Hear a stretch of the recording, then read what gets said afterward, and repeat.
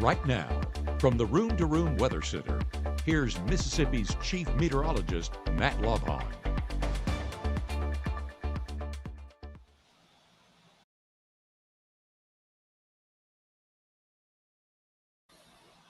Well, hey there, Chief Meteorologist Matt Lopon alongside of meteorologist Gabe Maynard. Northern lights partially visible here across parts of North Mississippi, and we've gotten a couple of pictures in at this point. Listen, let's be crystal clear.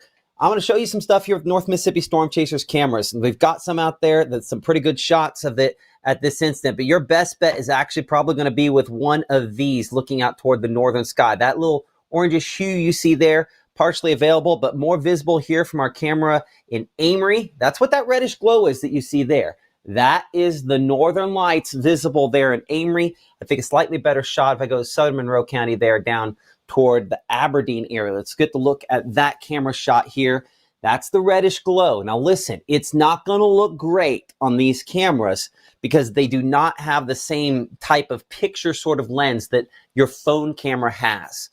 But you want to make sure to get that phone camera out. We're going to go outside with it. We're going to look up and we're going to look to the north. You're going to want something with a nice, clear western or the northern perspective to try to get a shot of this. But that's a pretty decent glow, all things considered on that. I'm going to bring our meteorologist, Gabe Maynard, in. Gabe, we'll have you in chroma key on this since we won't deal with any reflection sort of issues related to that. Then I'm going to get a shot here, I think, from up in Tennessee. We got a couple shots coming in here in just a second. But yeah, that's a pretty one so far. Yeah, it's coming quick, isn't it? It is. I texted Annalise and I was like, hey, you need to go outside. And she said, is it an emergency? I said, yeah, it is. Northern lights in North Mississippi, a rarity and something that we definitely need to all head outside and enjoy. Make sure to take your Mississippi Live weather app with you so you can stay tuned into the stream. But then you get the viewers. Oh my word, that is fantastic. Is that actually out of Oxford? A lot of that green there is city lights. Let's be clear. Well, still, we're looking at the reddish there. Yeah, the reddish hue there. That's in Oxford, even looking over city lights. Oh, that is so prominent. I see a plane taking off right there. I think it's a plane. That is going to be a great sign if they're going north. That is going to be can you imagine? Oh man, I want to be on that plane right now. Here's what I recommend. Let's cycle through some of these cameras, northward pointed. Again, appreciate the North Mississippi Storm Chasers for this camera network there. We'll just kind of check them out. The Corinth camera is not going to work, but a lot of these other ones will. So we'll kind of see if you get the glow there showing up. And I'm going to see if I can get some pictures in. I'm getting some pictures in like a group chat of weather nerds, parts of the National Weather Network. Boy, okay, I'm going to see if I can get some of these. I'm trying to think of the easiest way to get these onto there. We're going to have to go with a low light pollution on this. I'm trying to get a good view. See some of those reds there in the distance, not really visible on that camera. There in Clarksdale. Let's jump down here towards Carroll County. This is Greenwood. Hey, do you have your email open on the BAM computer? I think so. Okay. I'm gonna send a couple to that. Double check that. I could talk over this for a second. Make sure your email's open. And I'll let you kind of pull some of these up. One from Oklahoma, another one from Tennessee. Oh, that's really good on Adaton. If we can look a little bit to the left there. Yeah, I'm gonna try not to move their cameras because again, they're looking through a tower there. But if it looks like that in person on these cameras, it's probably very, very good to the naked eye out there. This is Adaton looking kind of the northerly direction. Again, you're watching Mississippi Live weather as we are just going to kind of keep poking and prodding some of these northward cameras here. Make sure I'm on the right one of these where I get Mabin to show up like it should.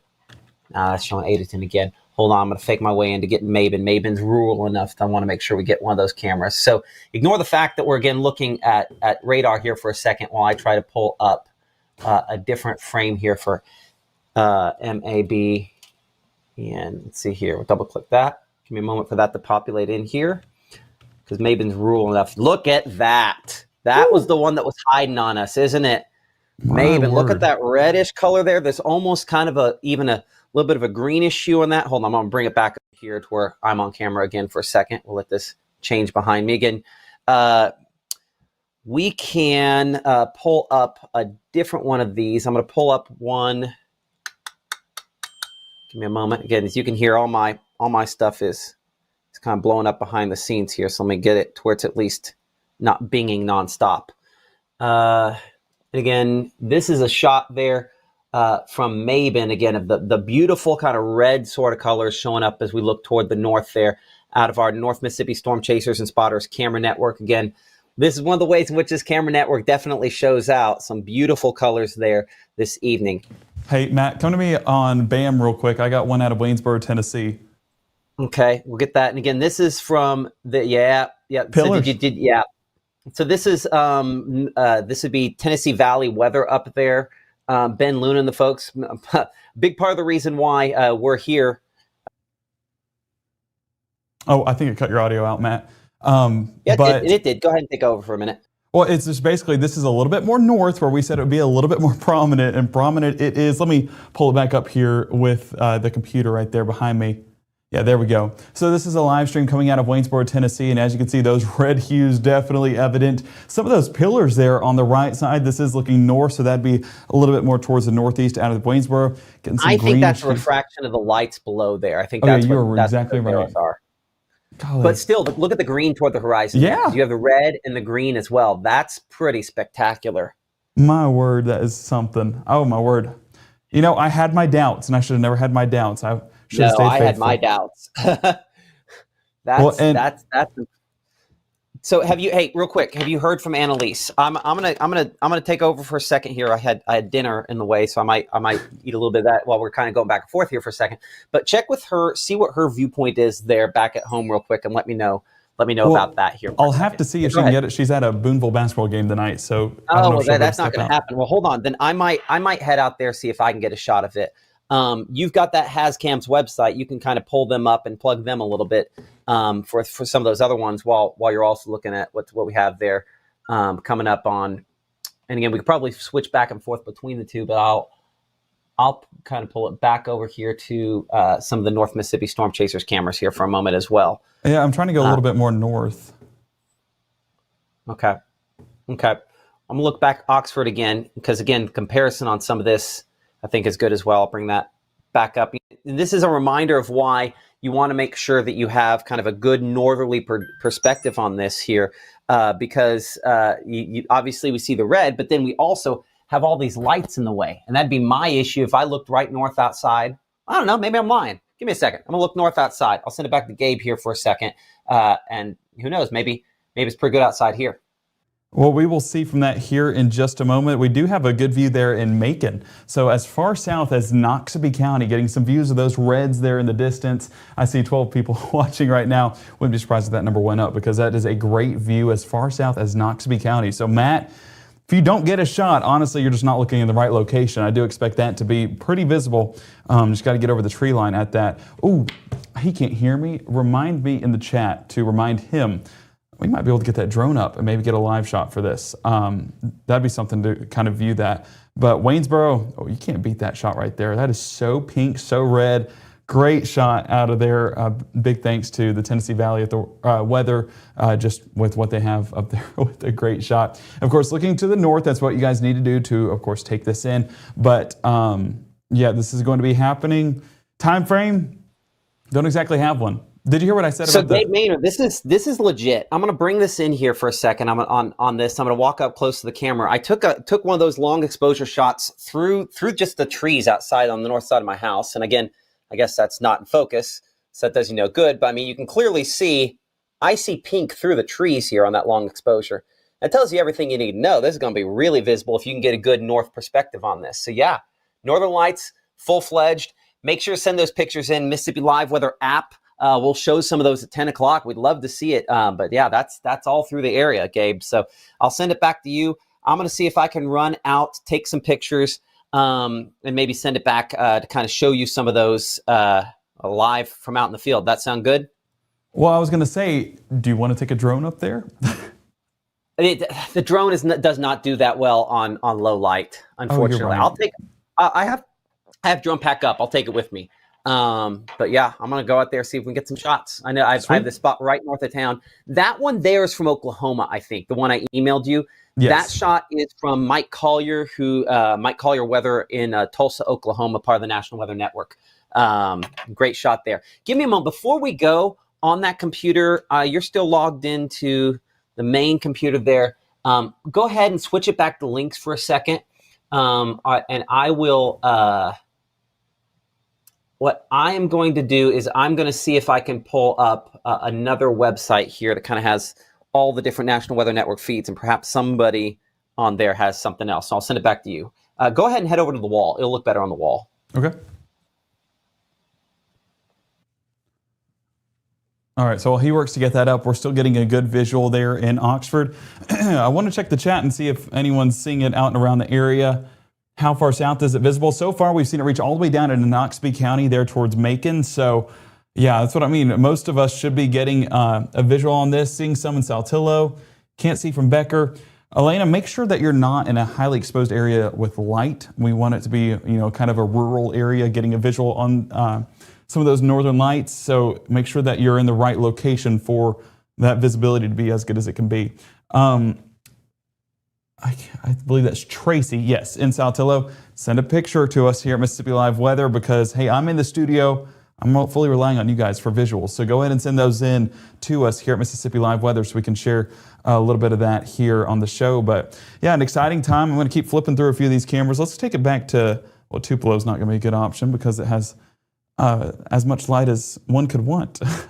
So let's take it over to, this is Smithville. This isn't going to have the greatest visual. That's looking south. Well, that's why. Let's go ahead and go back there towards Amory. There you go. Those red hues still popping up in the distance. I mean, that is pretty prominent there. So if you're not getting a good visual on this, you are definitely either at the coast or in a light polluted area. Let's go down to Aberdeen as well and see a visual on this. So this is, of course, looking north, and that's where you guys need to look in the horizon to get a good visual on this. A very light hue in Aberdeen, but definitely noticeable there. And I mentioned the Macon camera earlier on. If we go down there towards Macon at the refuge, well, my word, that is a good shot for Noxubee County. My goodness, that's a good shot. So hopefully folks out there are out enjoying this. I'm going to keep flipping through the area. We had Maben earlier on, and that was definitely a great shot out of there.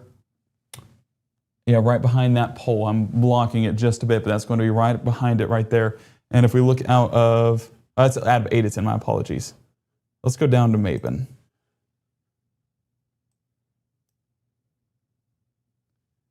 Oh, well, that's Starkville. Oh, my word. I keep looking the wrong one. There we go.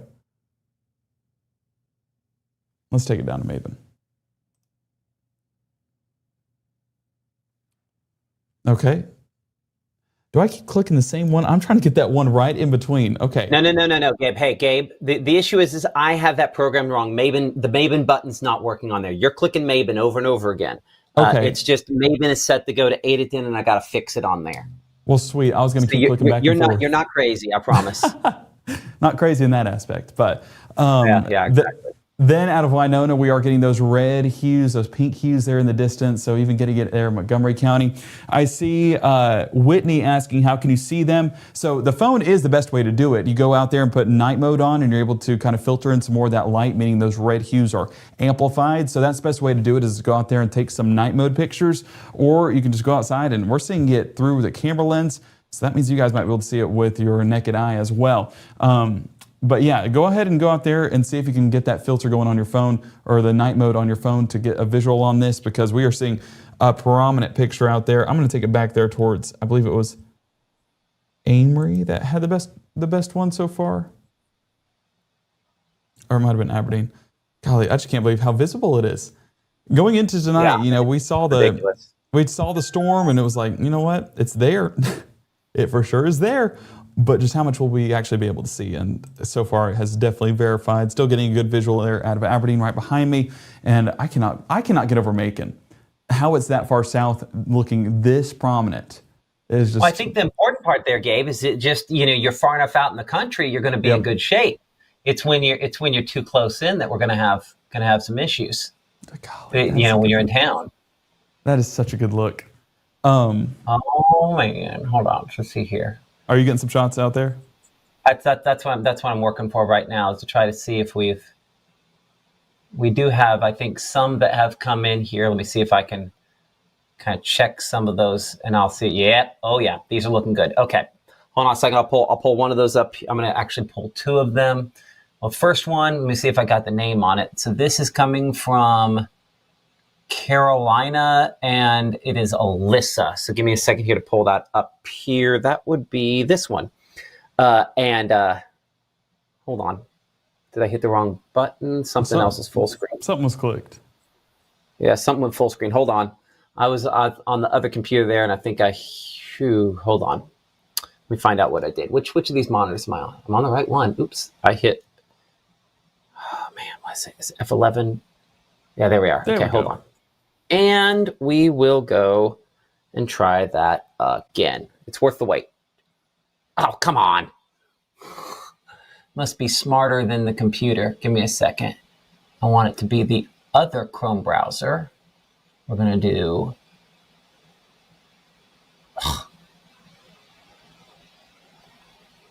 There we go. Like I said, worth the wait. Look at that red glow. Bright, bright red glow. Alyssa using the Mississippi Live Weather app to send in this picture here a couple minutes ago of certainly what it looks like. And that is a pretty amazing shot there of the Northern Lights, that coming from the Carolina community. If you'll go with me here for a second, we can kind of check out a couple others here. This one coming in from, let's see there. I'll pull it up. Give me just a second. This one would be just south of Tupelo, Pat, with the picture here. So let's go ahead and show that one there. Yeah. Oh, you even got the greens showing up on that, Gabe. That looks spectacular. Let me bring your audio in on this. You got some greens showing up on that one. In an apartment complex, too. Boy, you know, and then that's not the Christmas lights there showing up top. That's some good colors. I'm going to send it back over to you. It looks like you've got a pretty good look there as well of another shot. And I'll pull up a few pictures here in a second, Gabe. But where are you at there? Well, so that was Rolling Fork, and then we're jumping back over towards, Rolling Fork. I apologize. I was clicking some things behind the scenes, but even in Rolling Fork, getting some visibility on that pinkish hue on the horizon. So, like I said, if you're in North Mississippi and you're not seeing the lights, then you are not in the right location because it's visible all across North Mississippi as of right now. That geomagnetic storm inching all the way south. Is it visible in Tupelo? For sure it is. And for anyone that is seeing the Northern Lights, use the Mississippi Live Weather app to submit those pictures. We love showcasing that. And of course, you guys are our eyes in the sky. So, hey, you guys are weather watchers. This is a storm. It's a geomagnetic storm, but it's a storm. So we are watching that weather, of course. But some great shots all across. Oh, some more great ones coming in. People are using the app for sure. So I'm gonna pop up a couple of these. You all right with that? Yeah, go ahead. We'll just toss back and forth, and then you'll have to, if you go under frames there, you'll have to take it out of, you'll have to hit the X, take it out of play, and go back to frames, and then you can pull up Maven from there here in a second, Gabe, and then we'll have that locked and loaded, ready to go. But this one coming in, I believe this one's from the Myrtle area. I sent in just a couple minutes ago of some great, great shot there of, again, the bright reds. And again, you want to have the long exposure on the camera there. Sometimes they call it night mode, but great shot of the red there toward the horizon, sent in using the Mississippi Live Weather app. Again, appreciate that one coming in from Myrtle. I believe that one, Jamie with that shot there. And then we have one from up here near Tishomingo County there, taking your Carter's Branch. This is Joy with the shot here of, some bright, bright red, amazing shot, some great colors out there at this point here. So definitely be, having that app ready to go, but some great shots here. The Northern Lights coming in, courtesy of the Mississippi Live Weather app. And honestly, courtesy of you guys for sharing those with us here. So some really, really great shots coming in, and just keep them coming. Love to see this. Look at that, right? Did the kids take off with Miss Dana? Oh no, we need to send them out with Miss Dana and go take a look at it. Let's do that there to make sure they could see it. But yeah, great shots again. Northern Lights, love this. Okay, I'm gonna send it back to Gabe here for a second. I'll re-rack a couple of your photographs, but Gabe, certainly some beautiful shots out there. That doesn't look quite as red though at the moment, right? That's the fear, is it retreating just a bit. We still have that red on the horizon, so go out there and view it while you can, because these things, while we can time out severe weather with the geomagnetic storm, not exactly something that has a set time frame. So go out and see it while we know it's visible, because you never know when this thing is going to retreat and when that visibility becomes much less, because we remember what Mabon looked like earlier, not getting that same return as of right now. So might be heading a little bit more north. But if you look out there at a few of our other cameras, let me just input a few of those. Primary one we're going to go to is down in Aberdeen.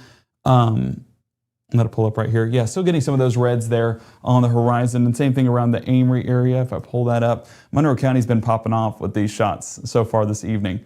So yeah, still getting a little bit of that reddish pink hue on the horizon. Light, unfortunately, is going to pollute those skies and not going to allow that visibility to be there. So anyone in the chat right now that's saying, you know, I can't see it, well, go to an area that's more rural, that takes you away from the city lights, and it'll get a good visual. But I say that, you know, we had that picture submitted at an apartment complex, and it was pretty visible from there. So light pollution, maybe not affecting everybody like what it's expected to do, but, you know, we also have been talking about this event, how it's more of a pre-dawn is going to be when it peaks. The fact that we're getting it right now, maybe it kind of fluctuates throughout the night, maybe get some more visibility as we head further into the evening. I know I'm going to be sitting outside staring at a sky all night. That's just pretty much what it's come to, and I expect you guys to do the same. Whitney says she has a picture, Matt, if you have any of that in the chat. Carrington, Amory Lock and Dam is beautiful. Send us a picture. Again, picture to prove it. That's going to be what matters. Now, if we'd have known that this event was happening a little bit in advance, we could have done a whole contest of who has the prettiest. Well, we're already kind of doing that a little bit. Cynthia with some shots here. This from the Ecru area of some of the bright reds. I'm interested to see one of the folks with the National Weather Network up there in Tennessee mentioning they were actually getting some shots where you could kind of see the pillars there near the spot where we had it. And we'll probably, Gabe, go back over to the big monitor here in a second, see if we can pull up. Actually, we can't do that at the same time because I'm on that computer here, so I'd have to do it a different way. So give me just a minute to kind of go through this. And a couple shots here. Let's see if it's the same shot. Yeah, a couple different shots. I think this is Samantha in the Pontotoc area. I'll double check to make sure that name is correct. Give me a moment. I think that is, Suzanne, excuse me. Suzanne in the Pontotoc area. And what I can kind of see on this, I don't know if it's immediately obvious, is you can actually kind of see a little bit of like the verticality on it. So that means the pillars that you can sometimes see. Pretty shot there. And again, appreciate Suzanne for sending in those shots from Pontotoc County. Keep them coming. I'm going to send it now. If you're back there at the main monitor, Gabe, I will go ahead and give that to you for a second. I'll let you kind of pull up. Well, I think we have some that are also kind of coming in on Facebook as well. We have a post up there. I'll see if I can pull that up and we can show that as well. Yeah, actually here we go. So let's see if we can go through some of these. I don't know if it's going to let me go left and right, but I don't think it will. I think we'll just have to click off and on. That's fine. Yeah, we can.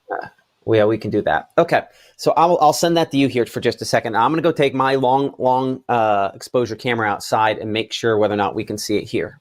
I gotcha. Well, yeah, we'll hold down the fort here. We're going to jump it over to, of course, our computer view. Let me kind of dial it in right here to get a closer view real quick. There we go. Okay, so this was over in Ecru. You can see those reds on the horizon, those pinks. I mean, that is just a vibrant picture there. Same thing over in Aberdeen. It's unfortunately behind that tree line just a bit, but you can definitely see that more evident off there in the distance. So even down there in Aberdeen on the ground, getting a good visual. This, a great shot. I don't know if there's a location attached to that, but the green's evident on that picture, along with the pinks and everything else. Like, that is a great view.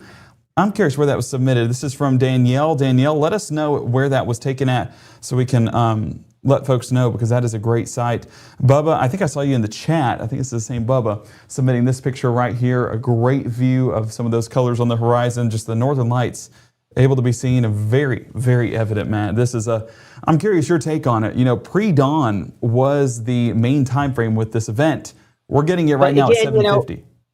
There's not necessarily a speed limit. We know for sure at the speed at which it's coming. Sometimes it comes a little faster, some a little slower. I want to show you, I'm going to bring it back here for a second, and I'm going to see if I can force it to maybe zoom in a little bit so that it doesn't go out of focus. So give me a moment to do that. I want to show you the comparison here. Again, I'm showing you my picture, not just to show off what I had at the house. It's certainly not as good as what you probably would have some other spots. I'll see if I got this way zoomed in, and we'll see if I can get it where the lights. And the point of showing you this is that this was my picture. I think that's, yeah, that, hold on. See, now I'll make sure I'm swiping the right direction. Okay, so this was my picture earlier. And then this is my picture now. So you'll notice, yeah, maybe not quite as much pink, but still visible. I would say its position on the horizon is a little bit different. Both those taken outside my house. Again, not nearly as good as what most people sent in or are sending in using the app and other ways. But the point in showing you is, comparatively speaking, still ongoing. So that's a good sign there, Gabe, that things are, still progressing for those folks. Oh, all right, we're gonna head back over there. Yeah, things are still happening across the area, and that's the key thing with this event, is that we do still have visibility. I'm going to bring it back here because we do still have some great pictures to show off. And as you can see right here, my favorite part is not the lights in this picture, it's the shadow. For some folks out and about, this is Amy in Guntown submitting this picture, and it even looks like a little bit of those pillars off there in the distance, but you notice where they are? The country. The rural area where they're able to get some visibility. So if you are not in those same locations as Amy, well, then you are missing out, because this definitely has some high potential. Red Bay, of course, showcasing that from David. A great shot there of that pink hue off there on the horizon. And if we keep jumping around the area, Elvis Presley Lake, a great view there. Looks like some greens. I'm curious if that's more city light than anything else, but we can definitely know where those lights are being shown. And that's over there on the horizon behind the trees. Grenada getting a good look out there as well, with some of those pink hues off there in the distance right above the tree line. So getting a visual all the way south into Grenada County. Saltillo, this would have been what the Maynard household would be seeing. Those pink hues right there on the right side of your screen, still with that clear night sky. I mean, hey, thank God for a forecast like tonight, because this is what's really allowing that visibility to happen. Boonville, Deanna submitting this picture with some great views there. The tree lines almost having that silhouette almost. That's a great view, just a great shot. I'm trying to go through the area. Pontotoc County. Ooh, man, that's a good view. That even has some pillars as well. So this is a great shot. But again, look at where they are. That's the key to this entire situation. Rihanna there in Pontotoc, out in the country, out in the rural areas, not exposed to that city light. That's going to limit our visibility on this system. Centerville community having a good look out there as well. Even looks like a few pillars happening as well. So this is really starting to amplify just a bit. This was in the last 6 minutes. Nicole in Centerville. Saltillo and Birmingham Ridge, yeah, that's a good look right there. Brittany there in Saltillo getting a good look at those northern lights with a great view on the horizon that doesn't have that tree blocking the view. Matt, I love your pictures. Those trees blocking your view, though, limiting how much you're seeing, but there's some areas that are primed and available for some great shots this evening. Absolutely, and ready to go. And we're looking at some of those here. I'm pulling up some of them through the Mississippi Live weather app on this end, which means you can still pull up different things on the computer on that end. We're not going to be kind of on top of each other here. So as we do that, just kind of checking our chat here with folks again, looking at things. Everyone's really excited, trying to just kind of look at the right spot there and try to get some. They're mentioned that looks like there's some issues with some visibility in some spots around town. But I'm going to bring it back over here to where I can show kind of the app pictures in-house here. And this shot coming in the last couple minutes here, I'm going to get this right. This is from Hatley, and this is from Harley in the Hatley area. Some of the beautiful kind of pinkish sort of colors there. And, of course, all the stars showing up in the sky there. Now, I'll say this, checking out our camera from the Hatley area does not have the same visibility because Amory pretty close by there. I just showed maybe just the littlest bit of pink. Of course, we do look north over the city lights of Amory there, so no shock that perhaps that doesn't look quite as good. Let's check out Smithville here. And again, a little bit of a pinkish glow there showing up in Smithville. These cameras are not going to do as good a job as your iPhone or Android camera is, because again, this is a video camera. If you try to take a video of it, it just doesn't look very good. But when you look at pictures, it does a much, much better job of that, which is the reason we're trying to show so many of your pictures here. From the Hamilton area, another example of one of those here. This is coming in from Tammy. I think she was mentioned a minute ago. They're in the Hamilton area. And let's see here, pull that up. And so here's the great shot there from Hamilton. Again, you'll also notice also visible in this shot, you have all the stars showing up. That tells you it's a long exposure. The trees don't look that bright. That's just light coming probably from over top of the house. I mean, you can see the shape of the house there even looking back toward the trees. So if you're expecting it to look like this when you go out and look with your eyes, it is not going to look as good as that makes it look, unfortunately. It'd be amazing if it did, but that's just not really the way this ends up working out, unfortunately, there. Now, what I do want to kind of bring up here for a moment, again, when we look at this, the Northern Lights, obviously a very cool feature. We're going to keep featuring some of your pictures on this, but I did want to kind of talk a little bit about part of the reason we get different shapes related to this here. So again, we're talking about the auroras. The shape depends on the viewing position, and again, it's interacting with the Earth's magnetic field, which is obviously very, very high up in the atmosphere, and it gets excited by the particles that are moving through related to this there. I'm going to go back a couple of frames here. So again, we have that one, and talking a little bit about the colors here for a moment. It has a lot to do with what it's interacting with there, right? So the oxygen, when that is excited, the oxygen molecules by the energy, as you could see there, hitting it, that's when you get more of your reds and greens. So we know based on the fact that we're getting kind of the reds and greens, that's the oxygen molecules that are being excited by the energy hitting them by basically the solar wind carrying these charged particles into our upper atmosphere. And so definitely some cool shots there. And that's part of the reason, Gabe, why we're just so kind of excited to see some of these, is because the actual atmosphere itself is excited by what's going on out there. I know it's different type of excitement, I guess, Gabe, but it's still kind of cool nonetheless. It's that typical Office meme where it's like, it's happening. Yeah, that's us right now. So, yeah, I mean, just reality. Like, it's here, it's present, go out there and enjoy it. I mean, as much as I love, oh, I'm losing my voice over it, I'm so excited. But as much as I love folks joining us on the stream, that's why we're mobile. Take us outside so you guys can watch us as well as watch and in those pictures once you're there, right? Exactly. Hey, the app does everything you need, and we're able to showcase those pictures. I know we're showcasing a lot right now, but even at 10 o'clock, I'm sure there'll be about 30 more pictures that we'll try and showcase. That we do have a shot up there in Corinth, this from Pat, and you can see that the further north you go, the better shot as well. Working to get a shot behind the scenes from Nebraska. One of our viewers has their parents up there. I'm trying to get access to those pictures, but let me tell you, it's quite a sight. I'm going to try to work behind the scenes to get that pulled up. But Corinth already showing off with some of those. They almost look like pillars just a bit, but my word, that is just a great sight with some vibrant colors. As we keep going through the comments, which seem to be a hot spot for some of those Northern Lights pictures. We do see, I believe that Chalabit there, Keith submitting this picture with some of those pinks on the horizon. No, that is not a shooting star. It might have been some movement on the picture. Do what? Calebiate. So not what I said at all. Then, yeah, just another great shot. Let's keep going.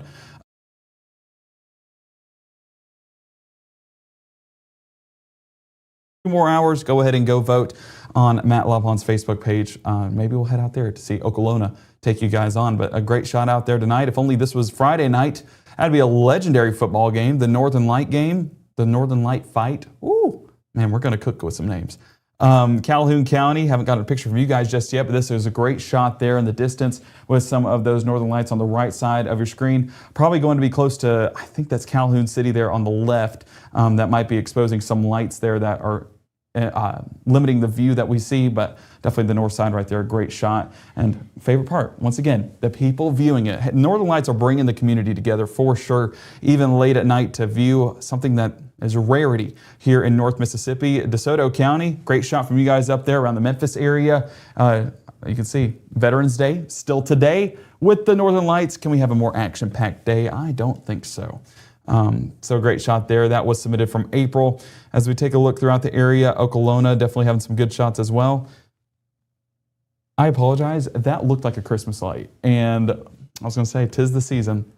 You know what? 'Tis the season either way, Christmas light or not.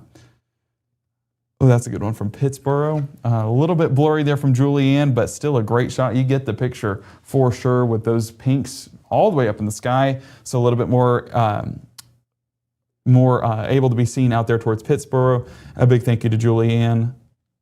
Just scrolling through, everyone's getting a good shot of this. Randolph, Mississippi, another good look there from Frida, and that's right off of a body of water as well. So, woo, some great shots, Matt. I mean, definitely something that if folks need to go out and see it. I'm curious how evident it is right now. We probably need to do a scan around whenever it comes to our cameras across the area to maybe see how that visibility is still being impacted. Might be more at this point, but haven't checked in about 15 minutes or so, so definitely something to take a peek at.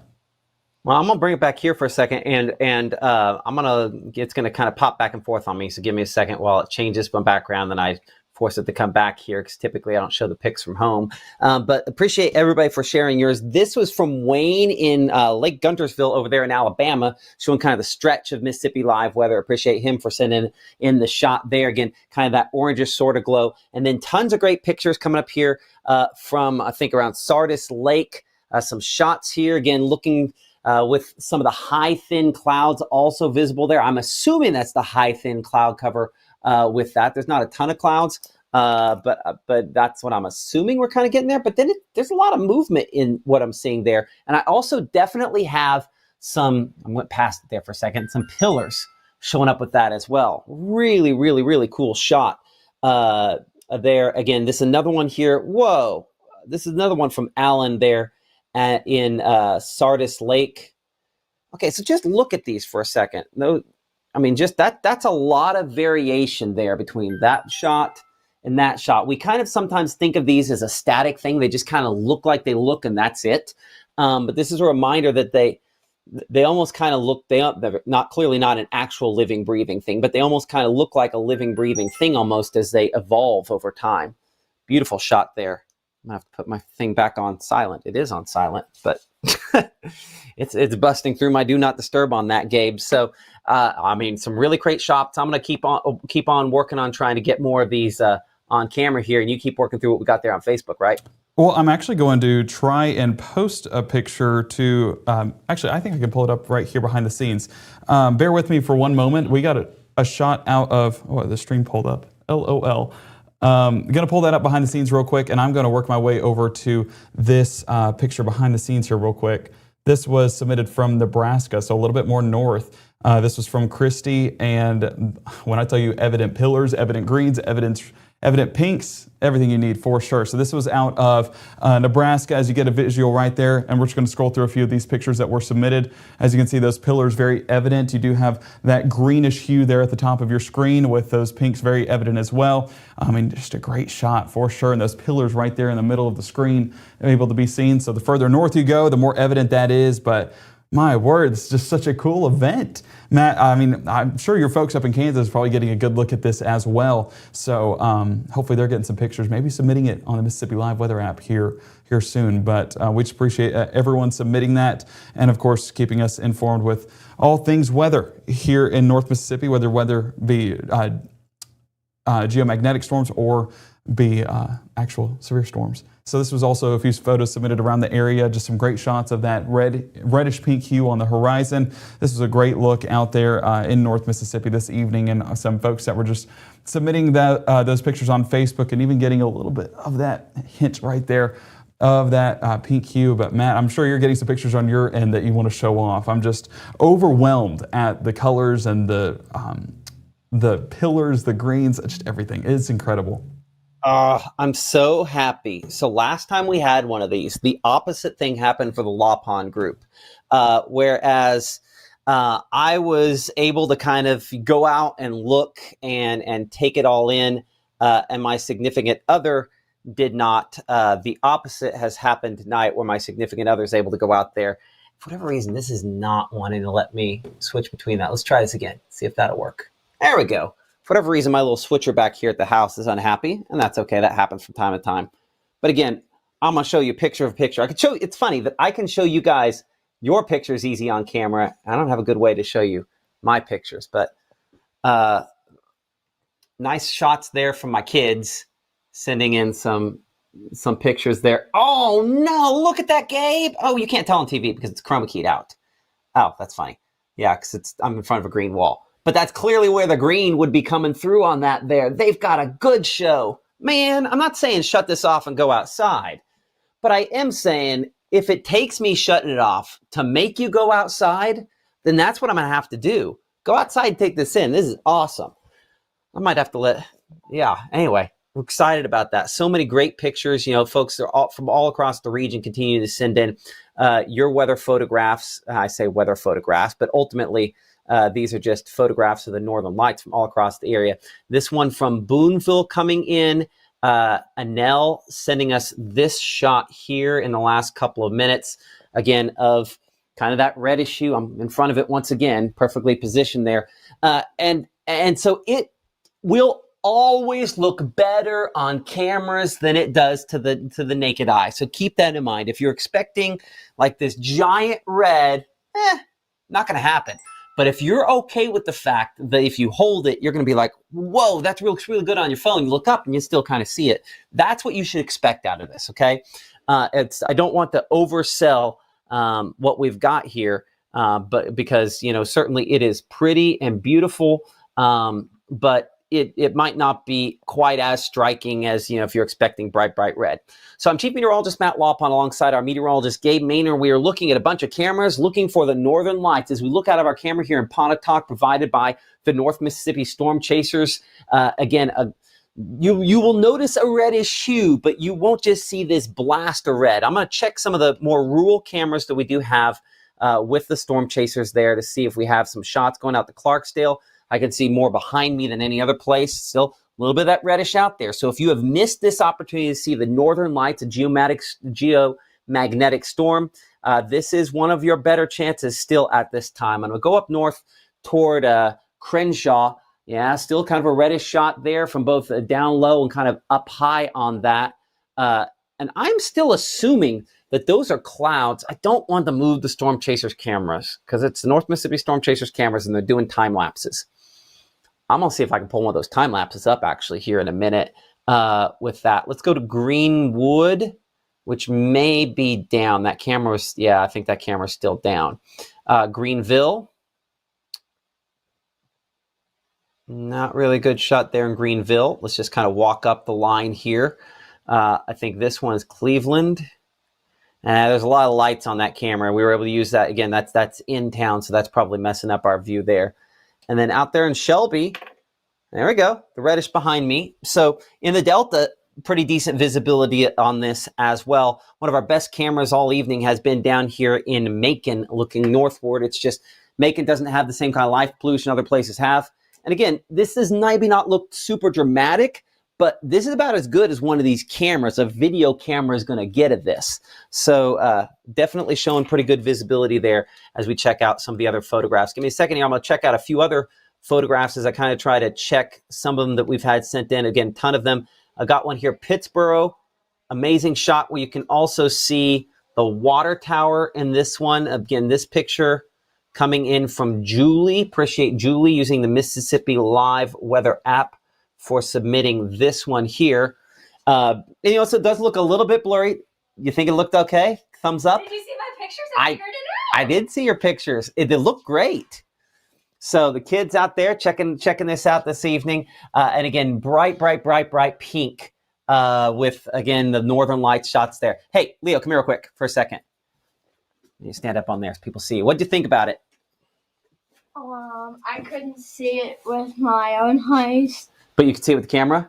Yeah. When you hold the camera up. Was it better than last time? Do you remember last time we went in May last year to see it? Was this better or was that better? This is better. Don't you dare say that, evil. I'm here. You're kidding me. This is better? But you remember like there were the lines way up there in the sky. This is better? Yes, it was like pink and blue, and the second or third picture, there was a green streak at the bottom. I did see that. Oh my goodness. Oh, I'm jealous. Okay, I'm gonna double box it. We're gonna go back to Gabe here for a second. Gabe, it's not fair. What did the missus say? Oh, she tried calling me. I think it was about this, so I might have to take that here in a second. But I wanted to show off a few pictures that we did get here in the Facebook comments as well as just on Facebook. So we're going to look on the computer right here. This was out of Bay Springs Marina. So this is New Site, Mississippi, looking north. And as you can see, of course, the water, a very good thing to be on around this time, or around this event, because it has that level horizon rather than it being that tree line that's blocking our view. And so we were able to get a lot of those colors off there in the distance, and even a few greens showing up there well into the Tennessee state line. This is, of course, the Bay Springs Lake, Bay Springs Marina, around that general area. So Megan submitting that picture, and that was as of just a few minutes ago. So if you've not gotten the chance to go get a visual on this, especially if you're up around the Tennessee state line, definitely still recommend to do so, because this is such a fun time. I do want to say Calhoun County, I think we might have seen that picture already. Let me refresh this here real quick, and we're going to put these comments back up. So there we go. Going to go to newest and look at a few of these pictures. So this was Smithville from Darnell. This was a great shot there. Those pinks, of course, on the horizon. This is a very wooded area. That's the unfortunate part when it comes to these rural areas, is that there's usually a lot of trees that are blocking our view. So yeah, that's the cost in the grand scheme of things. Tracy in Saltillo and Guntown. Oh my word, I wish Annalise was home right now. I'd have her take a picture so fast, because you see those reds, those pinks, the greens. Yeah, this is right on the northwest side of Lee County. So if you're one of my neighbors, go outside. Send me a picture, please. I need to see what it's like over close to the Manor household. Montpelier, this is from Sophie. Still a great shot there. Some cloud cover that's mixing in just a bit, but still, it kind of adds to it. Adds to the ambiance for sure. As we keep that going there towards Bigby, you are getting some of that pink hue right there on the distance. And I do want to say, it looks like they might have used night mode to see it, but whenever night mode's happening, if you move too much, then makes for a little bit more of an out of focus picture. But I mean, you get the point that it's just going to be those colors on the horizon. Austin and Kimberly submitting this picture there in, let me see, this is West Point. And so there's Clay County 8 minutes ago. Clay County, that is insane that it's that far south. Houston getting a good look there as well from Elizabeth. Just some great shots on the horizon. I cannot get enough of this. I've been working to see these pictures behind the scenes and get these up, because I just can't get enough of it. Like, it's such a rarity to experience this that you just can't, you have to keep posting, you have to keep taking it in. And we could sit here all night and I would still be at 6 a.m. like, that happened? So it's beautiful. Yeah, go ahead. Go for it. I was going to say real quick. So one of our followers did message me saying that, you know, they listened to our advice and went out where there were no lights, and then they were able to get a visual on the northern lights. So if you were sitting there at your house right now wondering why you cannot see it, then you're in the wrong spot. You need to go where there's no lights. You need to go where you can see in that horizon a lot, and then you're able to really get a visual on that. Look towards the north, because these are the northern lights. Makes sense. But make sure to just get away from the lights. That's really the big thing when it comes to this. Absolutely. I'm going to go through some of these pictures here. I think I found a better way to kind of pop some of these up in order here. So this first one here going to come from Corinth and Pat Howard. Let me double check time here. Yeah, 8:14. So this is hot off the presses here. Let's bring it back in here. And again, we're looking at the camera you see behind me in Macon. What you're looking at is just a reminder that this will not look as impressive to the naked eye as it does the cameras. So when I show you Pat's picture here in a second, keep that in mind. So here's a shot here from Corinth and Pat sitting in this shot. Again, you kind of have that orangish sort of color almost at the horizon there. As we look at this, again, this sent in using the Mississippi Live Weather app, but just an absolutely gorgeous shot. By the way, you might ask, why is the tree lit up? If you have your camera in that long exposure, even a little bit of light will kind of reflect back. And so it's just a reminder that if this is this bright, and the tree definitely wouldn't look like it in person, that's how much this is enhanced by leaving the aperture open, allowing more light in on the different cameras. So these are all pictures coming in. Mississippi Live Weather app will have some of these. Again, this shot here, I missed the person on it. Give me a second. So this info on this from Dancy, Alex and Dancy. We're going to look at that. We'll look at Lexi's after that, and then we'll check out Alicia's. These all coming in just in the last couple of minutes here. So this is Alex there, I think, in Dancy. And you're talking then, what, near Webster County area, essentially, with that. Some beautiful reds showing up. I feel like I'm going to change my screen capture on this a little bit. I think it's a little too close in. So give me just a moment to kind of fix that to where we kind of make sure we catch all the screen on that. There we go, because I was missing kind of the bottom. So let me shrink it in. There we go. That's a little better on that. So there is the shot again from Dancy.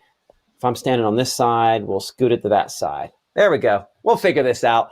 And appreciate you for using the Mississippi Live Weather app to share your photograph with us there. Now, this one was the one, this is Tiffany coming in there from Guntown, of some of the, again, purples showing up in the sky from just the sky itself, but then the reddish glow there, almost like fire. Penny, come here for a second. My daughter Penny here. What did you think of it? No, whoa, no, hold on, we'll talk to you in a second. Got to go to links here for a second. Right now, if you're not outside looking at this, you need to. Look at this shot. If this looks like this on this camera, I love me. I love what we do. My daughter's cute. We'll show her in a minute. You need to go outside and check this out. Because if this looks like this on this camera, this looks spectacular outside right now. Okay? So what we're doing is great, but don't miss this. And as much as you might try to take, I learned this with the eclipse a year or so back. You know, we're out there and I'm trying to take a video of the eclipse, and the reality is I should have enjoyed the experience with my family. So as much as you want to do this, make sure whatever you're doing, you're actually enjoying the experience with your family. That's probably infinitely more important. That's what he did. So Drew with Hazcams, the people that work kind of the work behind the scenes to help the North Mississippi Storm Chasers with these cameras, set this to a 1 minute exposure. So that's the reason why it doesn't even look like your lights there that are flashing are going off completely, is because it is keeping it open longer. So you're getting a better shot there because of that longer exposure. Yes, man. So that's just a sign. This looks spectacular, I think, in person. And I am super jealous of you. Penny, okay, back up here again to tell people. So now what did you see and how did it look to you? To the naked eye, it wasn't very bright, but with the camera, it's very pretty. It was like this light pink splotch in the corner with a little bit of white. But when it came to the camera, it was bright pink with a green spot. Bright pink with a green spot? Oh, very pretty. I'm so jealous. Now, the naked eye, it didn't look like that, though. Okay, so it's one of those things you're like looking in the camera going, it's like, doing that? Oh my gosh, it's so pretty when you're looking at the picture. When you're actually trying to see it, it's not that bright or pretty. Okay. But it was still very pretty. You still need to get out there and watch it in person. In person, right? This is great, but like go see it for yourself. See it for yourself. Yeah. I appreciate that, Penny. That's good analysis. And again, first person to say you probably need to go in and see it. Explain your hair to me. Is that like a? They're called heatless curls. Heatless curls. Better for your hair. There we go. Okay. Fashion advice as well here on Mississippi Live Web. I appreciate Kim in New Albany for sending us this picture here. I'm going to bring it back out here to Gabe for a second. I know you got them coming in on Facebook. I'm showing the ones coming in on the app. What do you got? 226 comments, that's what I have. Folks are pouring in pictures right now, just with some great shots across the region. Hang on, I know what's going on. It's a user error right here. I'm gonna have to refresh the page. 226 comments, but I kept seeing the same comment. It's like, what is going on? Well, found out why. So let me go ahead and zoom down right there, and there's 231 in that brief moment. Tyler in Starkville. Need I say any more? I mean, that's as beautiful as it gets, with some of those greens even showing up with that long exposure right there on the horizon. I'm curious where in Starkville that's at, but Tyler, great shot right there. If we look over there towards Tremont, ooh, that is a good shot. Look at those vibrant pinks right there, right above that tree line. I love the silhouette of the trees with it. I mean, it just makes it that much cooler. That was Leah there in Tremont submitting that picture. We do have Oxford with the streetlights. Wrap reminder on that. It's this visible with streetlights, and you do have those pinkish red hues on the horizon. I mean, Renee, you could get a better picture with no streetlights, but still the fact you're getting that visible of a view kind of tells the story, right? Kaylee submitting that. I believe this might be Tyler's sister because they're both Gores, and they're both in Starkville. Maybe I'm wrong, but that's what I'm putting two and two together. Detective Gabe is on the case. But some great shots there along, I believe that's a body of water right there on the right side of your screen with those reddish pink hues where the northern lights are showing up there in the distance. So Tyler, Kaylee, great shots. Put your location, I will say, if you are submitting pictures, because some folks submitting pictures and like this one, I want to know where this is at. Danielle submitting this picture. Oh, that is a great shot. Look at how, Matt, you got to get in here on this. I know you're looking at pictures in the background, but just look at that picture. The green's right there on the center of your screen. I think that's the most prominent green that I have seen on the Northern Lights so far this evening. So, Danielle, let us know your secrets. Where are you at? Because we all want to see that same view. If we keep it going, this is Chloe. Chloe, you did not put the location, but I still see what you were seeing with some of those reds right there in the middle of your screen, looking up there towards the north. Did you see it? Oh, I saw it. I got to show off Penny's picture, though. Oh, please, please. I mean, I wouldn't be a good dad if I didn't brag on her for a second. So again, before we go there, and it looks like, I wonder why this is sometimes kicking me out like this. Let me try this again. Let's try that there. Survey says, there we go. I want to show West Point. This is still ongoing. Visibility there from West Point. And I'll go down to Macon again here for a second to show those two for just a moment. So this is not a past tense thing. This is still happening. Pictures still coming in. That's not on as long exposure as what we have down south, but you could still see, again, it's kind of that big red ball from both of those shots there visible. This from Macon, the other one a moment ago from West Point, both looking toward the same feature there in the Northern Lights. Just absolutely gorgeous the way that is glowing. And again, I got to do the proud dad thing here for a moment and show off Penny's picture. I tried showing this a minute ago. Look at that, though. That is she mentioned you had the red, and then we kind of had that strip of green there. Come here for a second. Explain. So just for me, so could you see both of these features yourself? With the naked eye? Yeah. No, I could not. I could see the light pink right here, but it was very, very light. And then when it comes to the green, I couldn't see it. No, not at all. It looked like a teeny tiny bit of white. Okay. You could hardly see it. So it looked more like the absence of red than the red itself. Yes. Okay. But the stars were beautiful as well. I'll bet. It's a nice clear night. We're fortunate here that there's not moon out there tonight really to see, right? I think we're still kind of in the new moon sort of phase, or at least it's off kilter enough. I should know my moon phase, but that's something I've never been great at. Appreciate Penny for sharing that from the Saltillo area. Lexi with this shot, again, also capturing that green. You'll notice also at the top there, you can kind of see what probably was a plane more than a shooting star, maybe a satellite up there. But man, great shot. And by the way, obviously this makes it look like day, but it's amazing, I think, how much better cameras, Gabe, have gotten just in the last year or so. Both those pictures, all the pictures I'm showing are coming in using the Mississippi Live Weather app, which helps us to be able, again, to check out the locations like Lexi's there in Centerville. Beautiful red on that shot there, Gabe. But man, some gorgeous ones. You got more green on the one behind you as well, right? I mean, I just can't get enough of it. Like, this is just insane that we're still seeing this much Northern Lights showing out at, I think we're an hour and a half into this right now, and the other one lasted 2 to 3 hours. Yes, that big event that we all remember, that was only 2 to 3 hours. So based off that time frame, that means we got about an hour and a half left. So go out there and enjoy it like Penny and Leo are doing right now. So jealous hearing them out and about. But I know it is cold out there. Someone submitted a picture saying, sorry for the photo quality. They were shaking because it was so cold. So bundle up before you head out the door, but Northern Lights will still hopefully be there for you. But gotta do it now.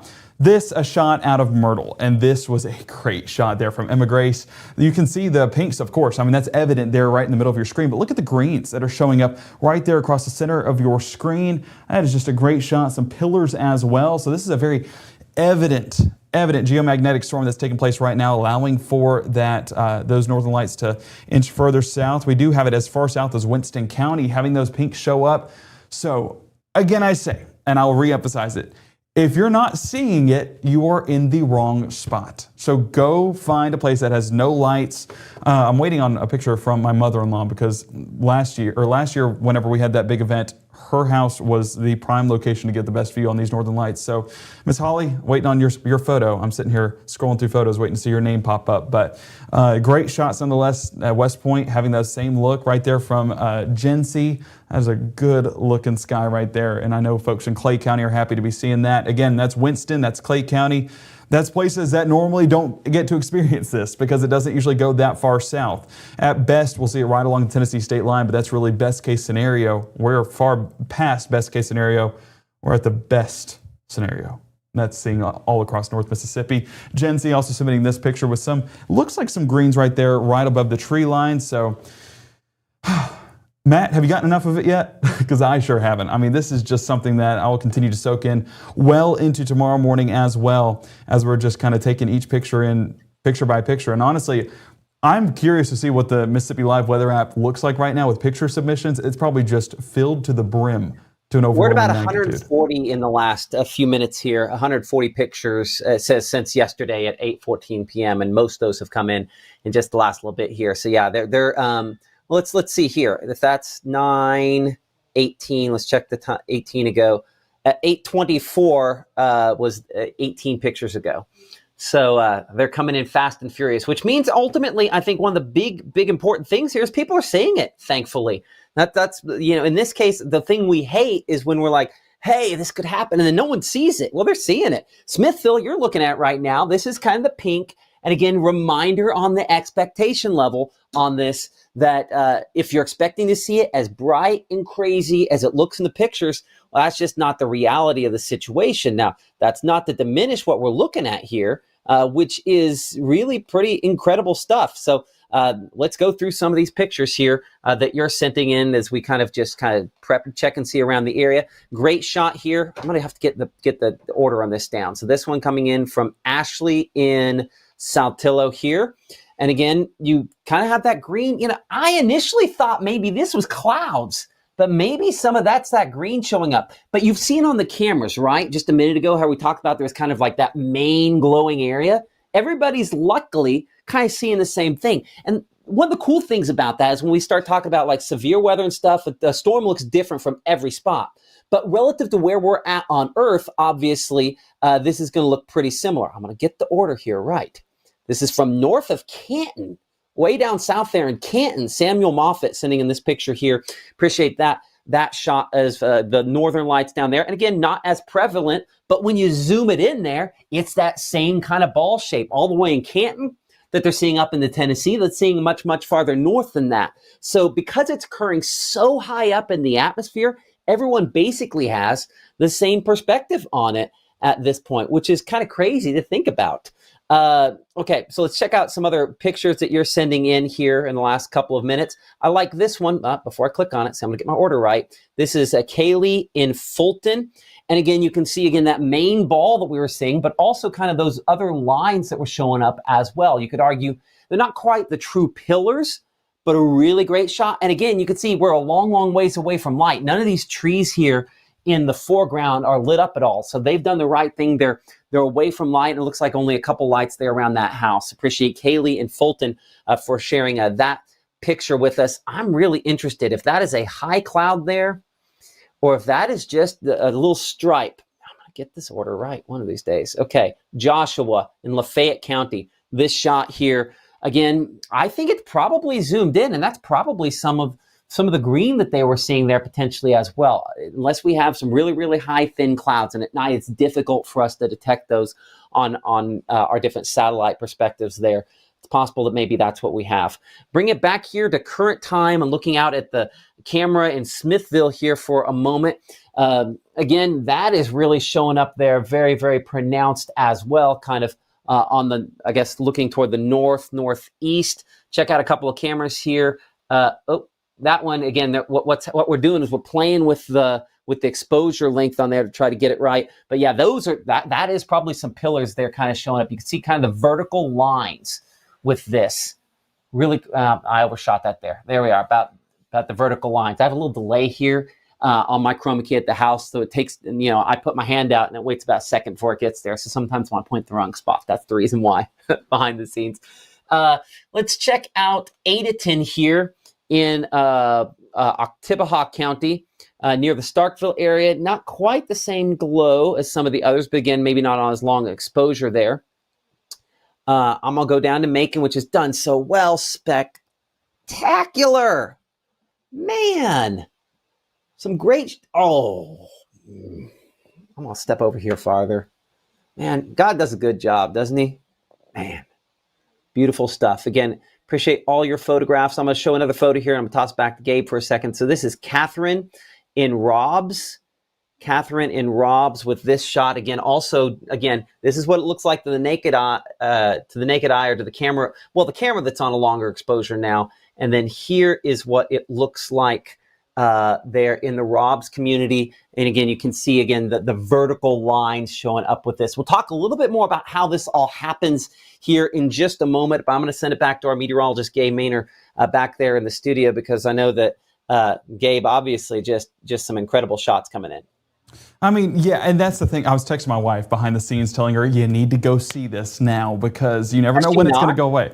She just got out of the game, I think. So I told her, she said, I went outside, I can't see anything. What they are, right? Exactly. Well, she said, I can't see anything. And I said, where are you? She said, downtown Boonville. All right, that's where we need to get away from. Let's go over to 45 and then just look north. And then you'll get a great view of it. So folks in Boonville don't need to be in Boonville tonight. Go celebrate that victory all around each other, viewing the Northern Lights, because this is the view that you're missing right now. As you can see, this great shot out there in Mathiston from Brittany.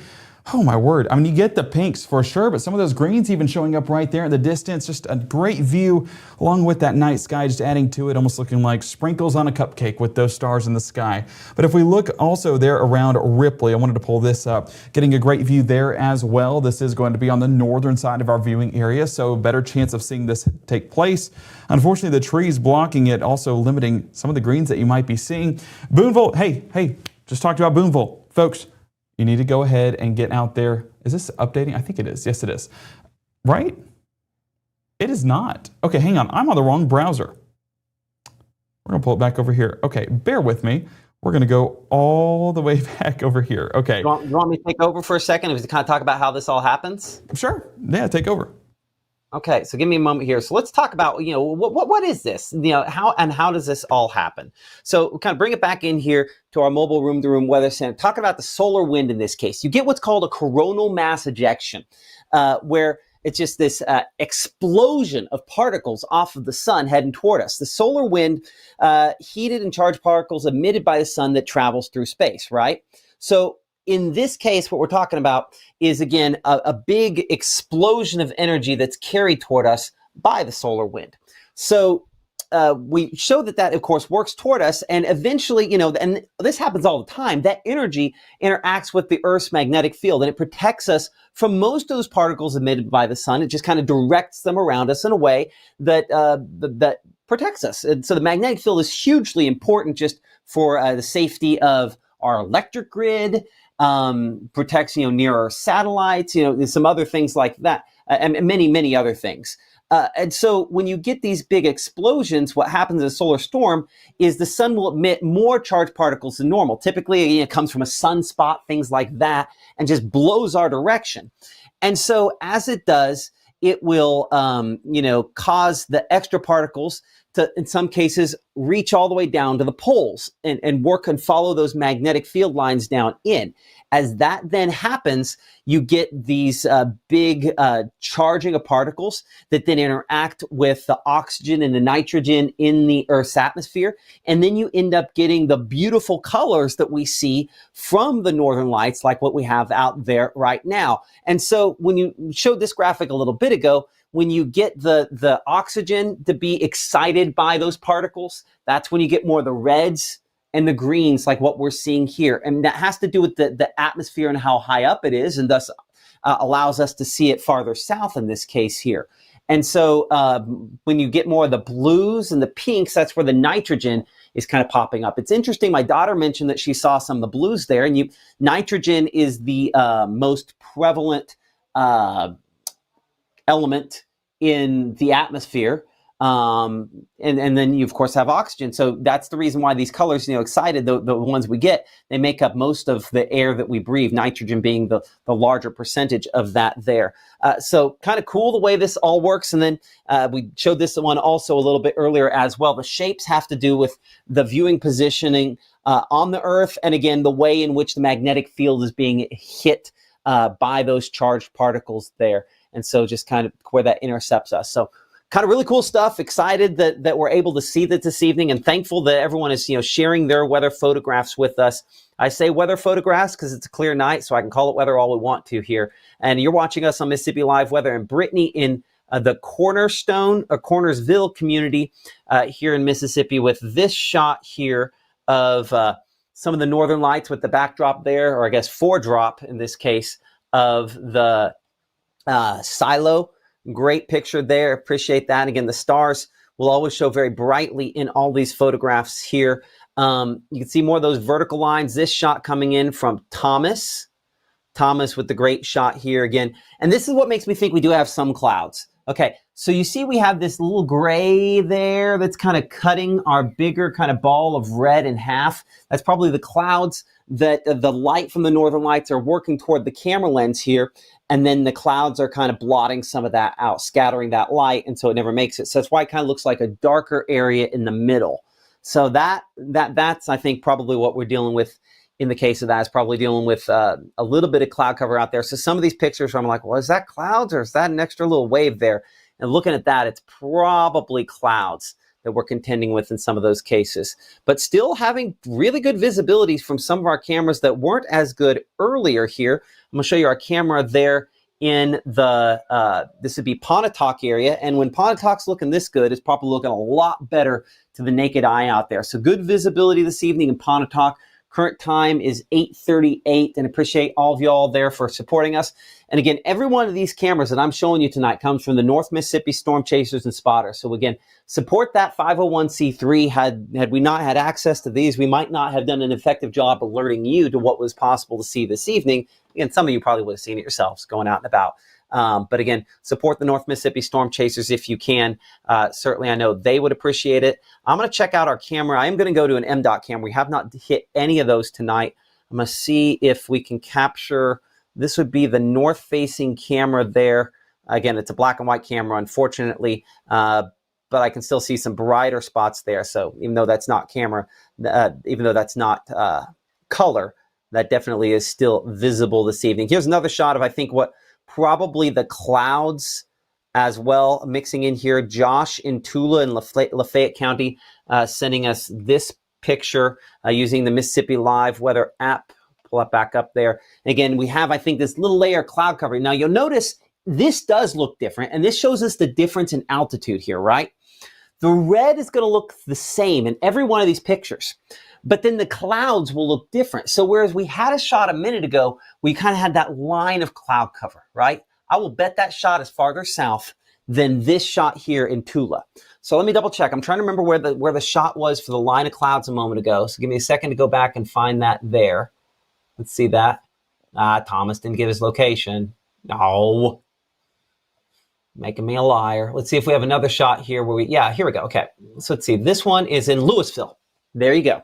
Tracy's shot here in Louisville. We'll look at these two back to back for a second. So here is the shot from Tula, which is North Mississippi. Louisville, kind of more north central Mississippi. And notice how that line is kind of horizontal in here. And in this first one up in Tula, it's kind of like it's running through it. So it tells me this layer of clouds is closer to over top of Tula. And so you go farther south, and then that's going to be looking lower.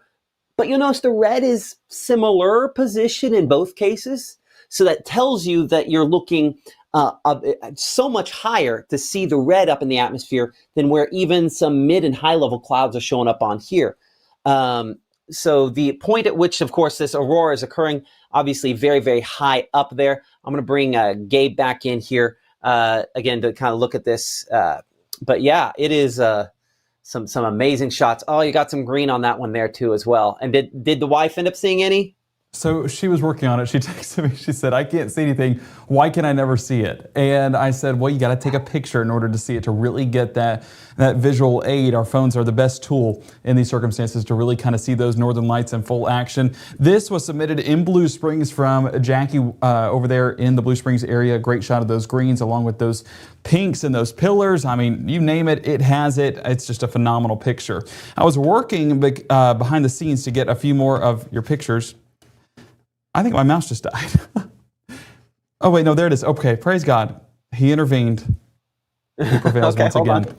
So I think we're back in action. I just posted it, so let me go to my page here real quick. This was a look in Moscow, Tennessee, and as you can see, some of those greens right there on the base of the horizon, but where it becomes really evident is those pillars right there in the middle of your screen with those pinks really showing up in almost like a pillar-like fashion, and the green right there on the horizon shows you positioning does matter, and if you go a little bit more north, and you'll see a little bit more when it comes to our northern light coverage. We did have those pictures come in from Nebraska earlier on this evening, and we remember just how vibrant that was, and it was just a great shot. Now, you're probably looking behind me and saying, Gabe, what on earth is on the screen behind me? Well, it's actually a drone shot. We were talking about taking our drone up and how it might not have the best visual whenever it comes to it. Well, this will look out of Dorsey tonight, and this was submitted, I believe, let me look back here, by Mark. Yes.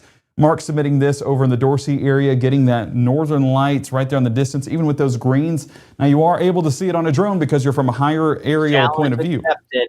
I'll be back in a minute. I'll get the drone fired up. That was all he needed, Mark. You just sparked something inside of Matt right now. So we'll see how that goes here in a second. We might be able to do a live shot from it as well. But Mark, I mean, this is a fantastic shot for sure, just showing those northern lights taking place off there in the distance. So I'll say it once again, and then this will be my piece. If you have not gone outside, you are missing out on a very cool phenomena, and one that happens very rarely here in North Mississippi, especially to this magnitude. This is definitely rivaling the one of which we saw last October here in North Mississippi. So, oh my word, so cool to get to see this. So let me pull it back up here. This is going to be those 383 comments right now that you guys are filling into our comments. And it's just some great shots. Once again, of course, down there in Louisville, I think this page needs refresh one more time because I'm looking at some comments that were there when it was 300 comments. We have added like 80 more comments since then. Yeah, math was mathin'. So let's go ahead and pull that up. And of course, we'll have to go to newest real quick. And there we go. So we're getting some new pictures that are filing in. This, of course, from Farmington. They're from Susan. We were talking earlier about some folks that were saying, sorry for the blurriness of the photo. My hands were shaking because they were so cold. Susan, I hope you're not too cold out there, but might have some shaking with the camera. Whenever it comes to that night mode, doesn't take much to kind of shake up that image and not make it as, clear for sure. Patricia on MSU's campus. Frame that and put it in maroon and white. My word, that is a good picture. Right over, trying to see where that is on campus. You'll have to let me know, Patricia, because I have been graduated for far too long. But those pinks, those purples, I mean, all the way down in Oktibbeha County, that is a great shot for sure. So hopefully, folks, students out there, Caleb Edelblut, I'm speaking to you in specific. Go see these lights. We want to see pictures from you here from Oktibbeha County. Hackleburg showcasing that as well with those red hues on the horizon right there. I love the reflection almost on the screen right there because it almost makes it look like it's being amplified even more.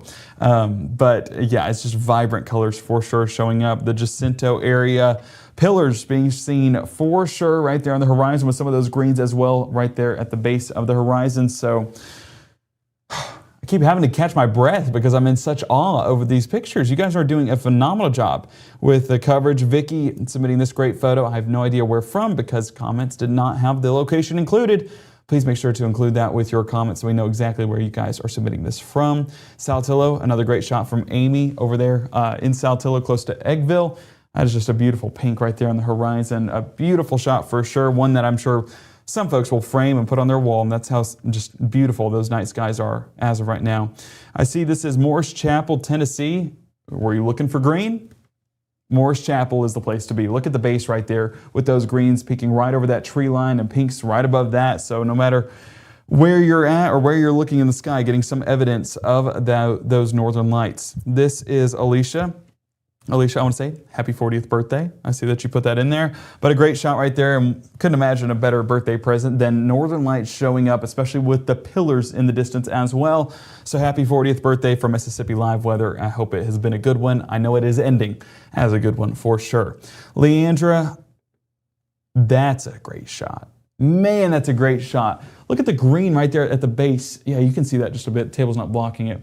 The green at the base with those pinks showing up as well. It almost looks like a vertical line right there showing up with those pillars. That is a great shot. I wish we need a location on that for sure because that is a great shot.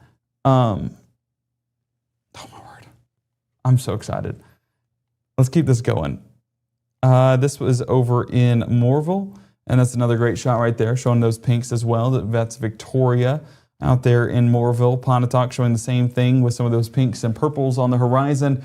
I keep looking over because I want to see if Matt's up with the drone because I want to see if we have a shot of the horizon to be able to get a visual. Brandy saying that you can see it without a camera. This was over in Thorne earlier on this evening, about 6 minutes ago. So if you don't have a phone or a camera or you're not in a prime location to get a visual on this, well then let's go ahead and just take a look outside and more than likely you might be getting a visual on what's taking place. Winston County having those pink hues as well. Louisville being mentioned. Oh my word, that's a cool shot right there. As far south as Winston County, that's just insane. for folks down there. Belmont seeing the same thing as well. A very vibrant color there in the distance. Jessica submitting that from Belmont. If we keep it going, Tate County, lots of pinks. That cloud cover is definitely adding something to it. I'm with Matt on that. I think it's cloud cover in this picture, but it's just hard to tell with those greens and those high-end clouds. So it's not exactly going to be, sorry, just lost what I was saying. My word. Miley in Kentucky, right off of the Ohio River, submitting this picture. Look at the greens right there. That's pretty vibrant. That's almost as vibrant as some of our pinks down here in Mississippi, just because it is that far north. That's going to be Bracken County there in Kentucky. That's from Miley. Big thank you for submitting that picture. And hey, we're Mississippi Live Weather, but we will share the love all across the nation. If you have pictures from anywhere in the United States, go ahead and submit that. Hey, anywhere in wherever, submit it. So that's a great shot. Caledonia, this is Cami in Caledonia. I love the alliteration going with it. Cami in Caledonia. That's fitting. But a great shot there of those pinks popping up in the distance. I think there's a dog as well enjoying that. I think it's a dog. Let us know down in the comments. I want to see if Matt has it. I'm just so curious if he ended up getting the drone up working. We can keep it going until then. This is a look in Walnut, Mississippi from James. Same thing, just those pinks popping up in the distance. So cool to see. Kelly Joe submitting this picture with some of those greens, looking like some greens right there on the bottom right side of your screen. At night mode, it gets to be a little bit tricky, you know, especially if you're shaking due to the cold weather. You kind of have that movement with the picture, and then the movement makes it look like the stars are moving too. So yeah, it's unfortunate that the northern lights have to happen when it's freezing cold outside, but hey, we'll take what we can get, right? Let's keep it going. Shannon, that is Ponticola, Mississippi. A great shot there from Allison with that pink right there in the middle of your screen, looking towards the northern horizon. And as we keep it going, I see Potts Camp down there, and Potts Camp looking stellar. Look at those pillars right there in Potts Camp. A great shot right there, showcasing those pillars, showcasing the northern lights. That is a good looking sky so far this evening. That's from Caitlin in Potts Camp. Let's keep it going. Fairview, there's a good look at the purplish pink sky. That is from Tiffany, our weather watchers out there in the field. You can see it with the naked eye right now looking north in Winston County. That's from Heather. If Heather is able to see that with just her plain eye, then go out there and see it. Please, all the way south in Winston County, that means a large portion of us should be able to see that this evening. Hang on one second.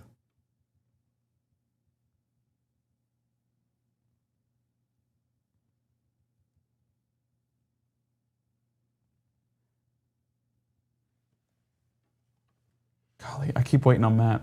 Let me take a look over here real quick and see if he is up and running. I'm going to see if that drone is going. He might be snapping video, and if we have video, okay, he's back. Okay, Matt, the golden question, what'd you get? It's kind of garbage, but I'll pull it up anyway. Let me think. We should be able to. Drone should be under live shot. Yeah, we'll reset the RTMP feed.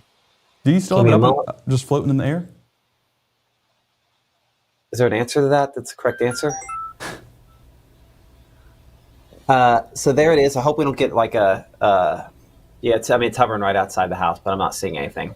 I have my son on it at the moment. So yeah, no visibility on that. Unfortunately, I didn't put it in picture mode. So live drone shot at night here from north of Tupelo, but unfortunately, it does not look like that is going to be a whole lot of anything. But yeah, live drone shot at night, so it's not nothing, right? Yeah, you get to see the skylights of, let's see, would that be Saltillo? Saltillo. Yeah, Saltillo. Maynard stomping grounds right there. Yep. But cool shot. Well, thank you, Matt, for going and trying that. Hey, it's worth a shot. You know, if we never would have tried, we never would have known what we would have missed out on. So it's worth the shot always. Yeah. Absolutely. Absolutely. Okay, let me see if they'll let me send it back to you. Going through those weather pictures here for a moment. I see it switch behind you. Come on, send it back to Gabe. You know you want to. It's missed you so much that you have to stay. Oh, I guess not. I guess it was ready. This is from Blue Springs there from Janice. A cool shot right there. I think that, am I able to zoom in? I don't think. Let me see if I'm able to zoom in on this. I'm going to zoom it back out here in a second. But Janice submitting this picture. You can see the greens right there on the right side of your screen. The left side is just pinks showing up. That is a great shot from Janice in Blue Springs. I'm seeing a lot of shots from Blue Springs showing up tonight that are not blue. No, they are pink. They're green. They're pillars. They're anything and everything. So if you are in Blue Springs and not outside right now, you are missing out on quite a show. Jeremy submitting this picture as well. Don't know the location. That's the unfortunate part about it, but go ahead and submit your pictures with the location so we know where exactly those photos are submitted at. So folks know where to go because we want to know where the Northern Lights are still able to be seen from. Senatobia submitted by Mandy. That was a great shot there with some of those pink hues showing up in the distance. Looks like it does have some lights right there that are impacting how much visibility we are getting. But nonetheless, even with the lights, definitely getting some pink hues. Okay, we have some good pictures coming up. This is submitted from Steve. You can see the pillars right there in the middle of your screen right there. A great shot. I don't know the location, unfortunately, but Steve, shout out. That is a good picture right there, getting the orientation of those Northern Lights. This one from, oh, it's Ryan's well. It's Steve in both pictures. Well, that makes sense why it's such a good picture then. Look at those pillars. That is as vibrant a pillar as I think we have had all night out of Ryan's well. So shout out Steve, doing the Lord's work right here, submitting those pictures, letting us see it. Please do not turn off. No, we do not need that at all. We want to stay alert and awake because this is such a cool show going on across North Mississippi right now.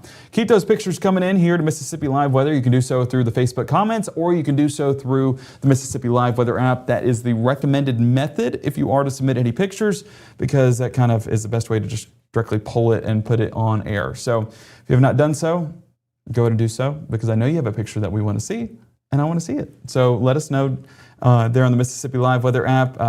Matt will have those pictures here in just a moment. I want you to know we looked through pictures for about 10 minutes. The comments have gone up 80. So let's keep it going. That's what tonight is all about, right? So let's keep it going with Ingomar. We're going to start out there. A great shot there. So Matt, what was the final deduction on this? Is it a cloud? Is it green from the lights? I think it's still some high-based clouds whenever we're looking at the grand scheme of things whenever it comes to these pictures. But yeah, if you're still on, which looking behind the scenes, I don't think he is. Remind me in chat for to ask that question, but I still think it's some high-based clouds that are kind of infiltrating that sky just a bit and adding to it, in my opinion. I mean, look at how wispy that is with those red and pink colors. Great shot there tonight, and we're going to keep that coverage going with Manatee. Some of those greens showing up right there at the base, all the way in Manatee. That is just so cool to me that it's reaching as far south as Mississippi this evening. We keep it going with Paris, Mississippi. Great shot there. Some of those pinks right there from Jennifer. I don't know if I said names on that Manatee one. That was Nikki, and Ingomar was Jackson. Big thanks to everybody for submitting those pictures. Kimberly in Brewston, Tennessee. Cool shot right there. Don't really know what the blue is. Hopefully it's not police lights, but kind of adds to the ambiance just a bit. I'm not going to lie. With those pink and red hues on the horizon. New Albany, 10-minute exposure. That's a cool looking shot right there. I don't know, 10-minute exposure, Candace. How did you keep it that steady for so long? My hands. You put it on a tripod. We're just to the point where we don't do that kind of stuff. Where we don't put it on a tripod there. But yeah, I don't know if I'm patient though for 10 minutes. I don't know if I am either, but I think some folks out there probably are. You know, I'm actually getting a decent shot, believe it or not, out of Greenville tonight as well. We've had from time to time. Let's see if the latest shot here. Not quite as good as it was just a couple minutes ago. Let me hit refresh. Ooh, I'd say that's the case on most of them at this point. Doesn't look like they're quite as good as even a couple minutes ago. Let's go down and look at Macon, which has been consistently one of our best spots. Not quite, still there, but not quite as impressive as it was. Unfortunately, we might be a little past the peak on that one. Let's look some of the pictures you guys have been sending in using the Mississippi Live weather app. I'm going to go ahead and kind of swing this back over here into our mobile studio.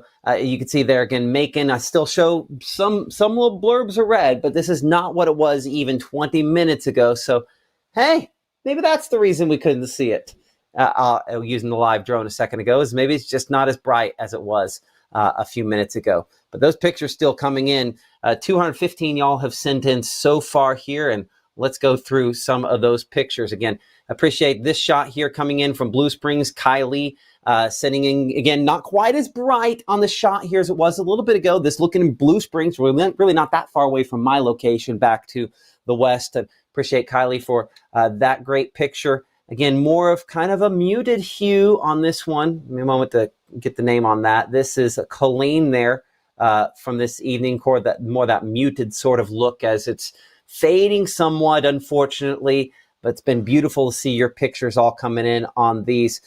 This shot here, this from New Albany. Ben sending us this picture here from New Albany. Again, you can see, Mantachie, some good shots, yeah. So is that present right now, or is that a few minutes ago? Oh, just a second ago? Okay, so still looking pretty good in Mantachie then. Savannah with a shot here behind the scenes. And again, you can see some of the great, it looks so bright here because cameras are so good at low light anymore, which is just mind-blowing to a certain extent, just how good they've gotten there. I'm closing some of the old pictures, so I apologize. That's going to kind of zip past some of those. Just had so many of those in our list. You guys have been so excellent about sending some of those in. Oh, we haven't had I don't know if I missed you a minute ago, but Aiden here with our first Northern Lights selfie. So apparently at least that side of the camera in this case here, Aiden was able to get that shot. We also got the American flag on this Veterans Day. And again, thank you so much for the veterans who, have served this country. We appreciate, you doing something that, again, our meteorologist Gabe Maynor and myself, that we have never served. I've had family members that have not immediate family members, but grandparents, uncles. It's a service that the entire family is a part of, obviously, and I mean that the immediate family. It affects spouses and children, and you do that for this country. And just thank you so much for choosing that life and choosing to save all of us. And protect us. Sini there in Pontotoc, again, with a shot, looks a lot less pronounced just in the last few minutes. Of course, we might be on the right side of town. We're getting some light pollution on that, but that's obviously not as bright as some of our pictures were even just a couple minutes ago. That combination of the cloud there, Blue Springs, Birmingham Ridge, Will Palmer, with this shot here. Again, the bright red, this, I can tell you just based on what we're looking on cameras and some of the pictures coming in, this is probably about 15, 20 minutes ago when this picture was taken. Again, there's that little layer of clouds that kind of went in front of the bright red as that was flaring up just a little bit ago. Again, appreciate all these pictures coming in using the Mississippi Live Weather app. Again, some shots here. Again, beautiful silhouettes. Lindsay with this shot. Some of the green still showing up. That actually might be the point where we've lost enough of the brightness that's the Milky Way actually showing up there. And then, of course, the bright red with the silhouette there in the foreground. Appreciate Lindsay for sharing your photograph with us. And I'll be perfectly clear, our meteorologist Gabe Maynor and I are kind of living this vicariously through all of you that are kind of out there in the field taking these pictures because, unfortunately, we are not seeing them in first person. This shot here coming in from Ripley, Shelby, with this picture here. I believe the same picture as I clicked on a second ago. Shelby with this cool shot there from the Ripley area of, again, kind of the Northern Lights, a little bit of light pollution there. Maybe actually that might have been that little bit of green that showed up from time to time as we've kind of reached the peak, maybe coming back down on the other side on this geomagnetic storm. And Gabe, I'm bringing you back in. What I'm going to look at here behind the scenes in a second is I'm going to check and see on the space weather side if we can kind of see how things, if they're ramping down outside of just what we're looking at the pictures. Because actually, before we go, you can see Macon behind me looks a little better than it did a minute ago. So this does come in waves because, again, when you get one of these, some of the particles arrive, a little more quickly than others. I'm going to see if we can get some additional information on this. We'll have that for you here in a second, Gabe. Perfect. Well, we're going to continue to take looks across North Mississippi as we get into the area tonight. One of those, this was just kind of funny to me. I wanted to showcase, of course, in Ripley, you are getting those pink hues in the distance, but we've been talking about greens on the horizon. How about greens literally on the horizon, but it does look like it's a floodlight from the house. Still just funny, we're talking about those pinks and greens. Well, how about a literal green yard, green driveway there in Ripley? That was submitted by Haley. So big thank you to Haley for submitting those pictures. I had to go get a sip of water a second ago because we've been talking about Northern Lights so much. my throat was starting to get a little bit dry. Colleen submitting this picture with a great view right there. I don't know if that's a city in the middle, but getting those at least differentiation in some colors, but those vibrant pinks that are showing up, that is just a sight to see for sure. So hopefully you guys got to see it. I hope it's not on the downward swing, but of course all good things must come to an end. But let's hope that end is not now. Seymour, Missouri. Oh, that's a good shot. Look at how high in the sky those northern lights go. Don't tell Matt I'm using a Missouri picture. Don't tell him. But this is a great shot right there with some of those pillars right there on the top part of the sky. Those branch all the way down into the horizon. That is such a cool shot. If that was like that red kind of canvassing the sky down here, that would definitely be a sight. But we will take what we can get for sure. Noxubee County. Good looking sky out there. From Amy, you can see it mixing in with the clouds there in the sky, so it is a good looking sky nonetheless with the silhouette of the trees right there on the horizon. Louisville still showing a little bit of coverage right there. So we have Noxubee County, we have Winston County, we've had Clay County. I haven't seen any Atala County. I'm curious for folks down in Kosciuszko if they're getting anything. Visible to the naked eye in central Mississippi. That is from Debbie. I don't know the exact location, but still pretty cool. Central Mississippi, that's further south. That could be close to about Kemper County, just a few counties south of where our viewing or our coverage area is. Yakima, Mississippi. This is from Paula. Cool looking shot right there with the northern lights right there in the middle of the screen. You can see trees. Yeah, trees are dying. Don't talk about my tomato plant. Who knows what that silhouette would look like with the northern lights. Am I bitter? A tad bit. I miss those tomatoes. Thaxton from Mandy. Oh, that's some cool looking greens right there with the reddish hue right there on the right side of your screen. With the clouds too, those high-end clouds that you can really see those more apparent this evening because of those northern lights kind of acting as a contrast to it behind it. Caleb submitting this one in Grenada. That's a good looking shot right there. That is man, that's a good looking shot. Look at those greens right there on the right side of your screen along with that pink just mixing in perfectly together.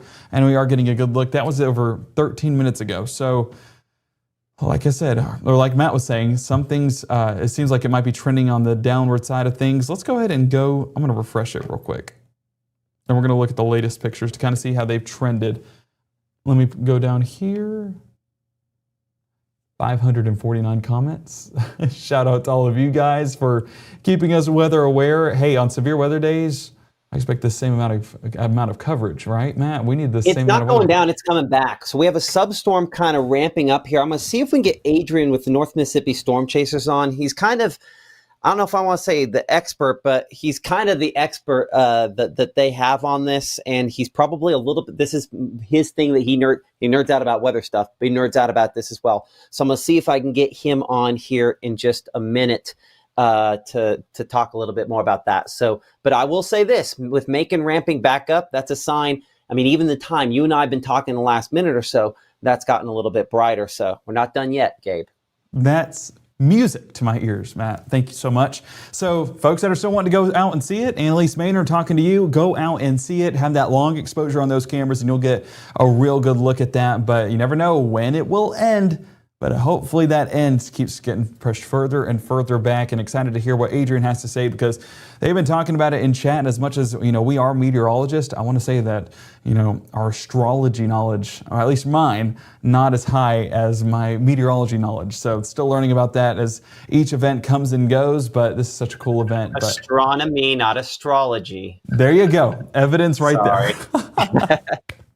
Well, yeah, so there you go. Evidence right there in front of your face that I am learning as we go. So we'll remember that for our next event. Tammy submitting this picture with some greens right there. This is 1 minute ago. I'm curious where this was at because it looks like that's a pretty good view. And I'm curious if that's still in case. Ackerman, Mississippi, that was Belinda submitting this picture, still with those pinks right there on the horizon, well built into the sky. And if we keep going down, I mean, it's just picture after picture. You can see it right there on the screen. Iuka, that's a great shot. Very vibrant colors. That is almost bright to where you need some sunglasses to see that. That's from Richie in Iuka. That, of course, on the northern side of the state, so it is going to be a little bit more vibrant, but still getting those pictures all across the area. Aubrey, I see that you are driving. I hope that you stop to take this picture, but a good-looking sky right there. I'm curious what it looks like to the naked eye. I might take a step outside. I might here in a second because I'm curious how it looks. Colbert County, they're in Alabama. Hey, the horse is out even enjoying it. Brandy submitting this picture. Cool shot right there, and a cool shot adding the horse to it. So it just makes the picture so much better, and especially because it's one of the few times that horse has ever seen the Northern Lights, including myself. I mean, this is probably, I can count on one hand how many times I've seen the Northern Lights living down south. Sarah in Corinth submitting this picture as well, still with those greens showing up and those almost, there's a little bit of some pillar action right there in the middle of your screen. So things are still looking good. That was 3 minutes ago in Corinth. That's right along the Tennessee state line. Lowndes County still getting a good visual. That's from Kay in New Hope. That's still having some red hues to it, so I think we're still getting to enjoy a little bit of those Northern Lights.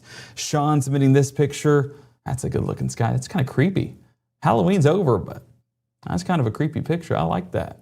That's a cool-looking picture. Bowie, Texas. Okay. Sharing the love all across the United States. We've had Missouri, we've had Texas, we've had Nebraska, we've had Tennessee. We've had Alabama and Mississippi. We've had 6 out of the 50 states, Matt, for this event. That's pretty cool. We've got Macon. These cameras with North Mississippi Storm Chasers. We're going to talk to Adrian, I think, here in just a minute. But man, these cameras are looking good out there. High exposure. Yeah, the long exposure there. They just put Pontotoc back into one. I always click Oxford instead of Pontotoc on that. Click that there. There's Pontotoc. There you go. Okay. It's showing up. In 1 second mode. We'll see if that shows up a little better here in a second. But yeah, some good glow there. Still waiting for Adrian with the North Mississippi Storm Chasers to hopefully get in here in a minute to be able to kind of talk us through. He mentioned what we have. We have a pretty substantial what we call substorm ongoing now. Whoa! Oh! Is that Pontotoc? That's Pontotoc. Did it just? And that's update? how long. That's the difference. That's a difference. A long exposure comes in. Yeah, I think they got the longer exposure on there. Man, appreciate Drew with Hascams for working the magic on that. That's impressive. Okay, here's what I would say. Go to Chroma, run links for a couple minutes, show some of these pictures and stuff there on going through some of the cameras, and then I will. North Mississippi Storm Chasers, these cameras, I'm telling you, when we get the severe weather season, they're going to be huge. But right now, they're looking pretty good tonight. Okay, I'm going to send it back to you on the Chroma Key to look at some of the other cameras, just kind of tour the area. And by the time we're done with that, hopefully we'll have Adrian ready to go. I got you. Well, I'm actually going to pull up the Waynesboro, Tennessee camera real quick because, I mean, that's a good looking shot for sure. Just look at that. I mean, you can see the evident pillars right there in the middle. We were debating on the pillars right here. Well, hey, there's no debate about these right here. The yellows and almost greens showing up right at the base right here, but that paint covering the entire sky. I know Tennessee Valley weather, going to be a show tonight at 10 o'clock, getting to view that because it is just such a cool sight. Oh, to live up north and get to see this. But Mississippi, hey, you are covering the ground for sure, just getting us the coverage that we need for some of these Northern Lights down here. So really cool shots around the area. Wait, hang on. There we go. Getting it back on track. Yeah, just really cool. You're getting to see all this take place. And again, not something you see every day. So hopefully you've gotten to enjoy this here across North Mississippi this evening, because if not, you are definitely missing out. Look at that Pontotoc camera. Hey, Waynesboro, you look good, but Pontotoc might look better. Golly, that is a cool looking shot. Look at that pillar right there in the middle. I just want to keep it on there for a second because that covers the whole sky. That has looked better and better over the past 3 minutes. That has been all it's taken to go ahead and get these great looks. So if we do these exposure on a lot of locations, there's Amory right there with that pillar right there in the middle. I can't believe this. Where did this resurgence come from? It's like, you think I'm dead? I'm right back. And there's Caledonia getting a good look right there. I mean, you have those pinks right there in the middle of your screen. I do want to point out, it is cold this evening, 48 degrees. So if you're going out to see this, definitely bundle up. But, I mean, you are not missing out on a show no matter where you're at. So this is Adrian with the North Mississippi Storm Chasers. Adrian, I have your video up, just so you know. You should be able to hear me through the phone as per normal, and people at home can hear you as well. So thank you so much for joining us tonight on Mississippi Live. Appreciate it. Yes, sir. Absolutely. What a wonderful night it is. I mean, I know this is. I'm not saying you don't nerd out over weather. Don't get me wrong. But in our chat, this is your thing. You are the Northern Lights Aurora guy. So first off, where are you at tonight? And what have you been seeing up there? And obviously, it's not going to look great on camera. For more than anything, I'm just, I guess you have your camera there, kind of in the foreground of the pictures you're seeing, what you're seeing as well. But this substorm coming in. Can you tell people what that means and what it's all about? Yes, sir. Can you still hear me? Oh, absolutely. Go for it. Okay, sorry, my phone's glitching a little bit on this side. But so as far as the substorm goes, the ionosphere is very unstable right now at this point from just getting hammered by solar flares that were coming in earlier this evening. There was 2 major ones, X-class flares, that have impacted our magnetosphere just before sunset, and it's really set the stage for just constant barrage of substorms to come in one after the other in this very unstable magnetosphere we have going on right now. And it's been very continuous, even compared to the ones we've had last year. Okay, so let's break this down. So when you say substorm, obviously you have a solar storm, right? What do you mean when you say substorm, if you're breaking it down just a little bit? Well, it's kind of like little ripples coming in of the. So you have the coronal mass ejection that has impacted us, right? And it's not a singular punch, right? It arrives, and then over time, you just kind of get ripples through the flow. And as it kind of loads it up and charges it, Matt, you really get these bright colors that extend all the way north to south. And it's very impressive. It's kind of like ripples on the water. You have your impact, and then you have your ripples that come after sort of like throwing a rock into a lake. Okay, so you mentioned also that the ionosphere is, very unstable. The different layers of the atmosphere. Ionosphere is basically one of the outer layers, right? And so, when you say unstable, what does that mean? What makes it unstable? Now, that's a great question. Now, that's not something I exactly have the exact answer to in front of me, but it's just the solar particles that have been just slamming into the magnetic poles on either side of the Earth, to my knowledge.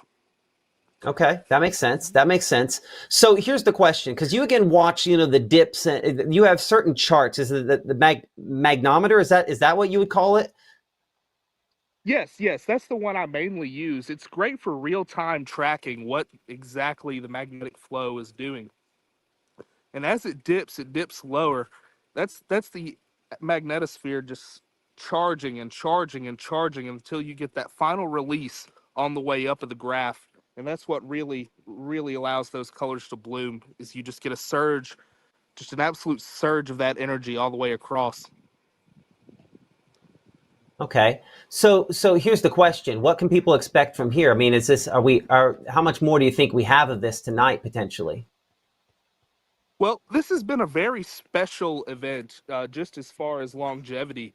The one in May was similar in length, where it lasted for 2, 3, 4 hours.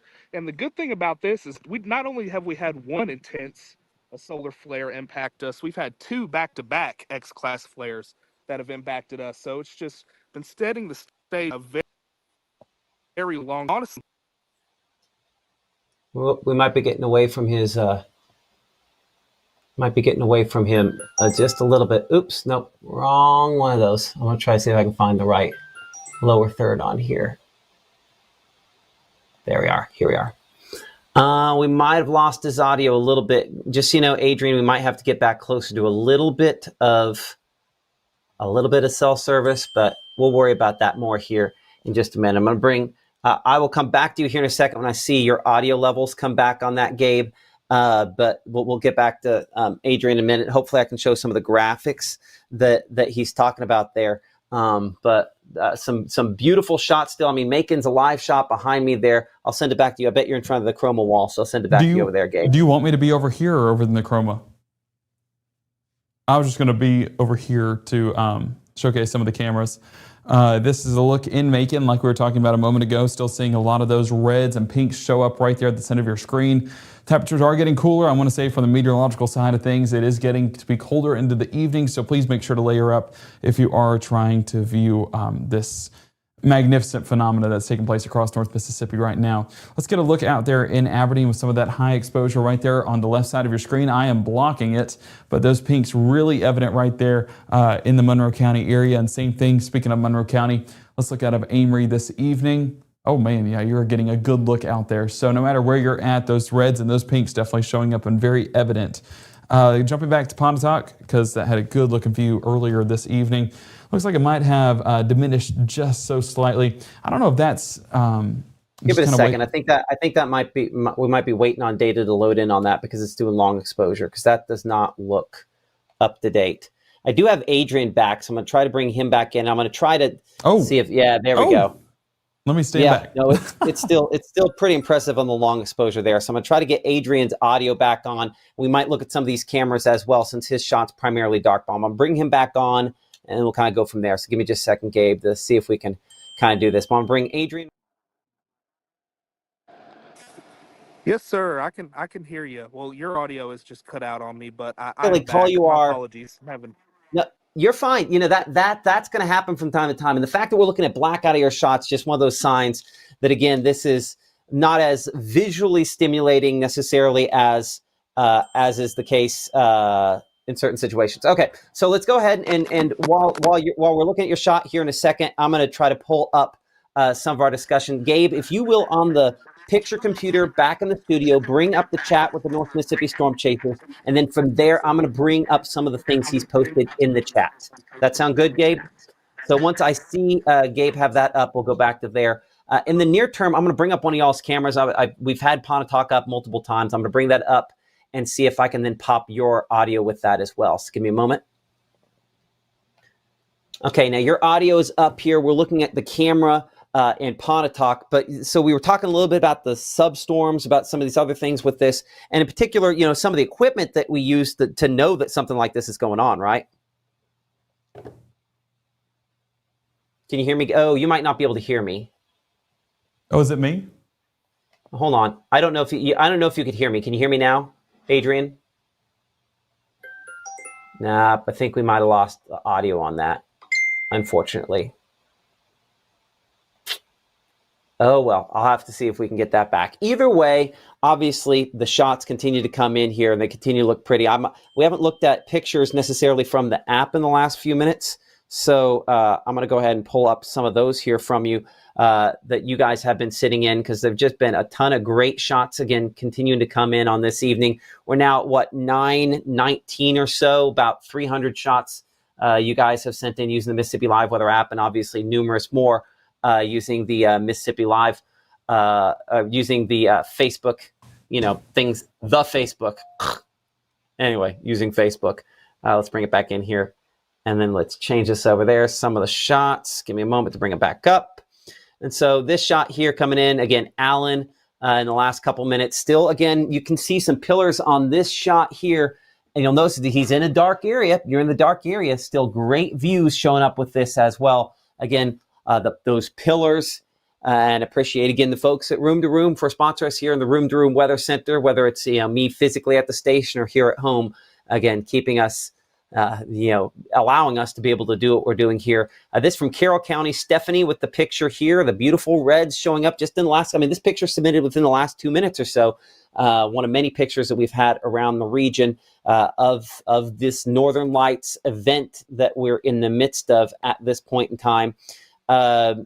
And as you can see, clearly the pictures continue to come in fast and furious. We'll see if we have one that has, again, a little bit better color there. And it does look like Adrian's audio is coming in here in a second. So we'll hear from him as we're looking at some of your pictures if we continue to keep his audio around. Adrian, can you hear me okay?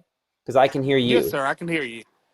Okay, so this from Crawford, Amanda Stoll with that picture there. While Amanda's picture's on the air, I'm looking at some of the things that you guys have been posting back and forth as you're talking about the atmosphere charging and then certain dips.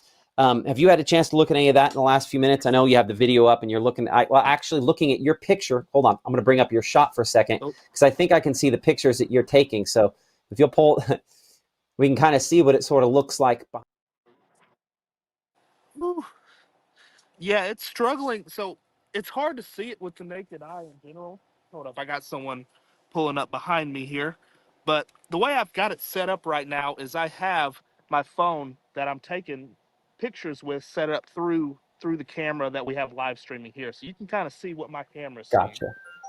Yeah, absolutely. And it's amazing that, the shot we're looking at with video is completely black. And the shot I'm looking at your phone taking a picture is completely different. And that's the beauty of this night mode that so many phones have nowadays. Oh yeah, it's absolutely incredible that we're able to get these pictures.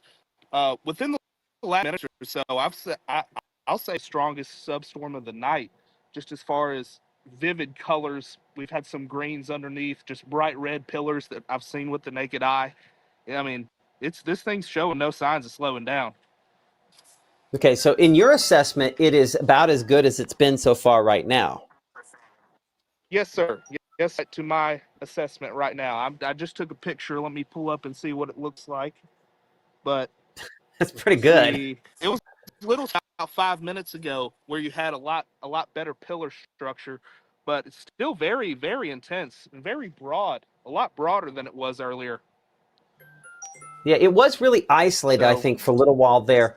I'm going to bring up y'all's camera in Oxford here for a second. I'm going to see if I can keep your audio over it. So give me a moment while I'm trying to kind of balance that. So just a second.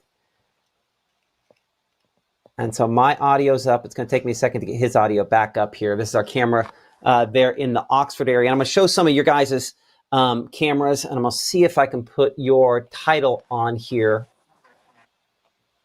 Look at that. We did a thing. Okay. So I'm going to be able to show some of your cameras while I'm kind of talking to you about what you're seeing. And you guys, this is something that you guys watch very often, and I feel like there's about 2 or 3 times a year you get really excited. How did you know tonight was going to be more significant? Well, originally it was the thought that tomorrow was going to be the main event, and it still very well may be, depending on timing. But a lot of the time, the timing of the time the CMEs arrive is really the determining factor on how good an event you're going to get. And over the last couple of months, we've had some significant that are Earth directed that we've just struggled with timing issues, or they've been partial misses. So we had 2 back-to-back flares with this event that were both Earth directed and both impacted roughly within an hour of each other. So it really set the stage for a special 1-2 punch to kind of just kick this Aurora activity into action. Okay, so one of the things we talked about in our broadcast, I think at 5 and 6 o'clock, was the fact that once you got within about 1,000,000 miles, you knew it was going to be a thing. And admittedly, I was in the midst of a show. Was there that trigger to say this is going to be happening with that little bit of a heads up, or is that something that I just missed? Well, it always happens really fast, and you kind of have a general idea like, hey, there could be something tonight. But we've had that the last 5 or 6 times. We've had a potential Aurora event. Really, once getting the data in, as far as just how strong that first flare was when it impacted, I forget what was originally forecasted, but I think it was a roughly KP7, which is still high on the scale, but much lower than we anticipated this first arrival to be. It ended up being roughly, I was getting HP values, which is the 30-minute intervals of the KP index, of well over 8.5. I think the highest reading I got was 8.6 on it, which was very, very significant and much higher than originally forecasted. And to see how the BZ, or the Z-axis of the B dropped so dramatically south, we knew it was go time at that point. So, okay, hold on. Let's go back there and parse out what you just said. Because I'll be perfectly honest with folks at home. I read up a lot on this when we get to these Aurora events, but you speak the language better than I do. Okay, talk about how does the Z-axis make a difference in this? Like Z-axis versus the other axes. Well, what the BZ does, it shows you how far south the magnetic field is directed, right? The more south or more negative is what we would say. Positive would means it's directed north, and negative means it's directed south. We want it to be negative because that funnels the aurora activity to the central equator. So that's a really important metric to look at when you're trying to decide, okay, is this aurora going to be a big event for the southern latitudes? Is you want to see how negative that value is. And just for example, back in May of last year, it was roughly about negative 50 or minus 50. So it was very dramatically south. That's why we got those intense aurora shows back in May. Back in October, it was roughly about negative 30. So you got a low latitude show, but not quite, all the way down to southern Texas and, some of the southern Caribbean islands like you did in May. Yeah. This Yeah. one Okay. has been roughly at minus 50 for Okay. 2 So to 3 similar to hours. May of last year, then. Yes, the BZ value is 100%. Okay. Okay. So what I'm trying to see if I can do is I'm gonna, and I don't know if I'm able to pull this up here, so I'm gonna try to do this behind the scenes. Give me a moment I'm gonna break my computer to fix my computer and show, because I can go back in time and look at kind of some of what we're looking at here. Give me a moment to see if I can pull up on your Skycam here. Which of these do I want to break? Let's break NWS chat. Okay, so I'll be honest. I'm looking at these cameras, by the way, and I'm not seeing quite what I saw even 5 minutes ago. Would you say from the naked eye that this is a little less impressive than it was a few minutes ago, or is that just the cameras aren't picking it up as well? Visually, I would say yes, even versus 5 to 10 minutes ago. It's not as vivid, at least to the naked eye. And through the camera, it seems like that specific wave is moving overhead. It kind of just advances south. So when I'm pointing my camera here, I'm getting more. Let me pull up one of my other pictures. It's much more overhead versus what it was earlier off in the horizon. And that tells me this wave is moving clear past me down south. And I'm not seeing any stronger waves behind it at this point. So I'll have to check with the magnometer and just see exactly how this thing is doing. If it's charging up another substorm, if it's flattened out, it looks like it's done. We'll have to see. But right now, it's definitely less intense than it was just a couple minutes ago. So I can show something else here for a second. Can you pull up some of those graphs that you're talking about there? I know I can pull those up, but I'd rather pull it up and showing what you're showing there. I'm going to switch it back over here to my camera and pop your audio over top of my camera for a moment. And I'm going to show some pictures from some folks for a moment while you get that ready. Again, you're watching live coverage here on Mississippi Live Weather of, what frankly is just a solar storm, sending a bunch of opportunities to see some northern lights over top of us. The atmosphere very charged up with ions from the solar wind hitting it, causing the light show that we're seeing this evening. We've had a number of different solar storms have kicked through. I think my computer here is trying to really rev up and pull up all the photos because y'all have shown out. Well, I'll go ahead and flip it back over while I wait for that to load in. But you guys have shown out with more than 300 photos just submitted using the Mississippi Live Weather app. And so waiting for when there's that many in there, it's like, wait a second, hold on. There we go. Now all those photos are kind of coming into our gallery. Yeah, about 316 photos now. And it does look like photos are maybe a little less pronounced than even a few minutes ago. This picture coming in here, Dino sending us this shot. If I pull it up like that. This coming in just a couple minutes ago. The reds aren't quite as bright as they were just a couple minutes ago. So, and on our cameras with North Mississippi storm chasers aren't showing up quite as bright as well. And I'll tell you that's going to be kind of a difficult shot to see, Adrian, but let's pull it up. All right, give me 1 second. I can hold it up just a little bit closer like that. Right there you go. That's there. Perfect. Yeah. Okay. So what are we looking at? For someone that's just like, okay, it's blue and a red line. What does it mean? Okay. So as the blue and red, these are both measurements of different satellites, right? They're basically measuring the same thing. Different locations in the Earth's atmosphere. So kind of like dual Doppler radar, except for measuring the solar wind and ions and that sort of thing. Right, right. So as these hit their peak, right, and they start working their way down, that is that's the that's the charging effect that you're seeing. I'm sorry, I'm trying to figure out how to word it here. Uh, the charging effect as you go down, down, and once you reach the maximum, the rate at which it explodes back northward, right? And you see that one we had just, sorry, let me, Oh yeah, where it just shoots right up. yeah, where it shoots right up right there. That's the explosion of the ionosphere and just releasing all that unstable particle. And that's your aurora, right? That's your energy being released. So, something kind of to relate it to severe weather wise, the concept of a lapse rate, right? Uh-huh. The steeper that lapse rate is, the faster it rises and the more explosive the particle is. It's kind of the same concept as far as the steepness. The steeper of the rise after the fact, uh, or the more explosive storm is as far as aurora activity.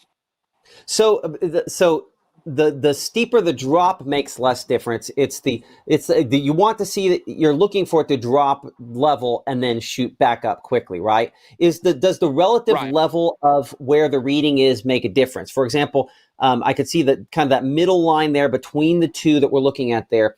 Does it make a difference if those drop below that? Do you know that, okay, it's probably going to charge up quickly, or maybe charge up isn't the right word, but it's going to have that sharp peak more quickly after that? Is there some kind of correlation there related to that? Or is it just, okay, we're watching it, look, there's a peak, here it comes? Well, normally, so you want to see it slowly work lower and lower on the graph, right? Yeah. Baseline, I believe, let me go back to the 6 hour. This is the 6 hour loop, right? You can see how back there it was relatively stable and much higher, Yes. but we slowly started dropping more lower and lower, and that just shows you the type of last couple of hours we've had, uh, as far as instability. But So that makes it sense when really you talk doesn't about the matter where you incredible start. variability of it. And you mentioned how it just looked like it was unstable. I mean, I think clearly you can see the left half of that graph is rather stable, and the right half is not. Right. Those first huge dips that you see right there, that was the arrival of those X flares, the coronal mass ejections.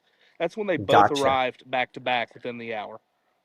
Gotcha. So that And it's that is just been kind of very a, unstable oh, here since. it comes. And then the first where it juts up there right after the blue, the main blue dips where it kind of juts up at that. You have that red peak, that first kind of big red peak, and the first big blue peak. That's when we got like the first big show out of it. Is that reasonable to say?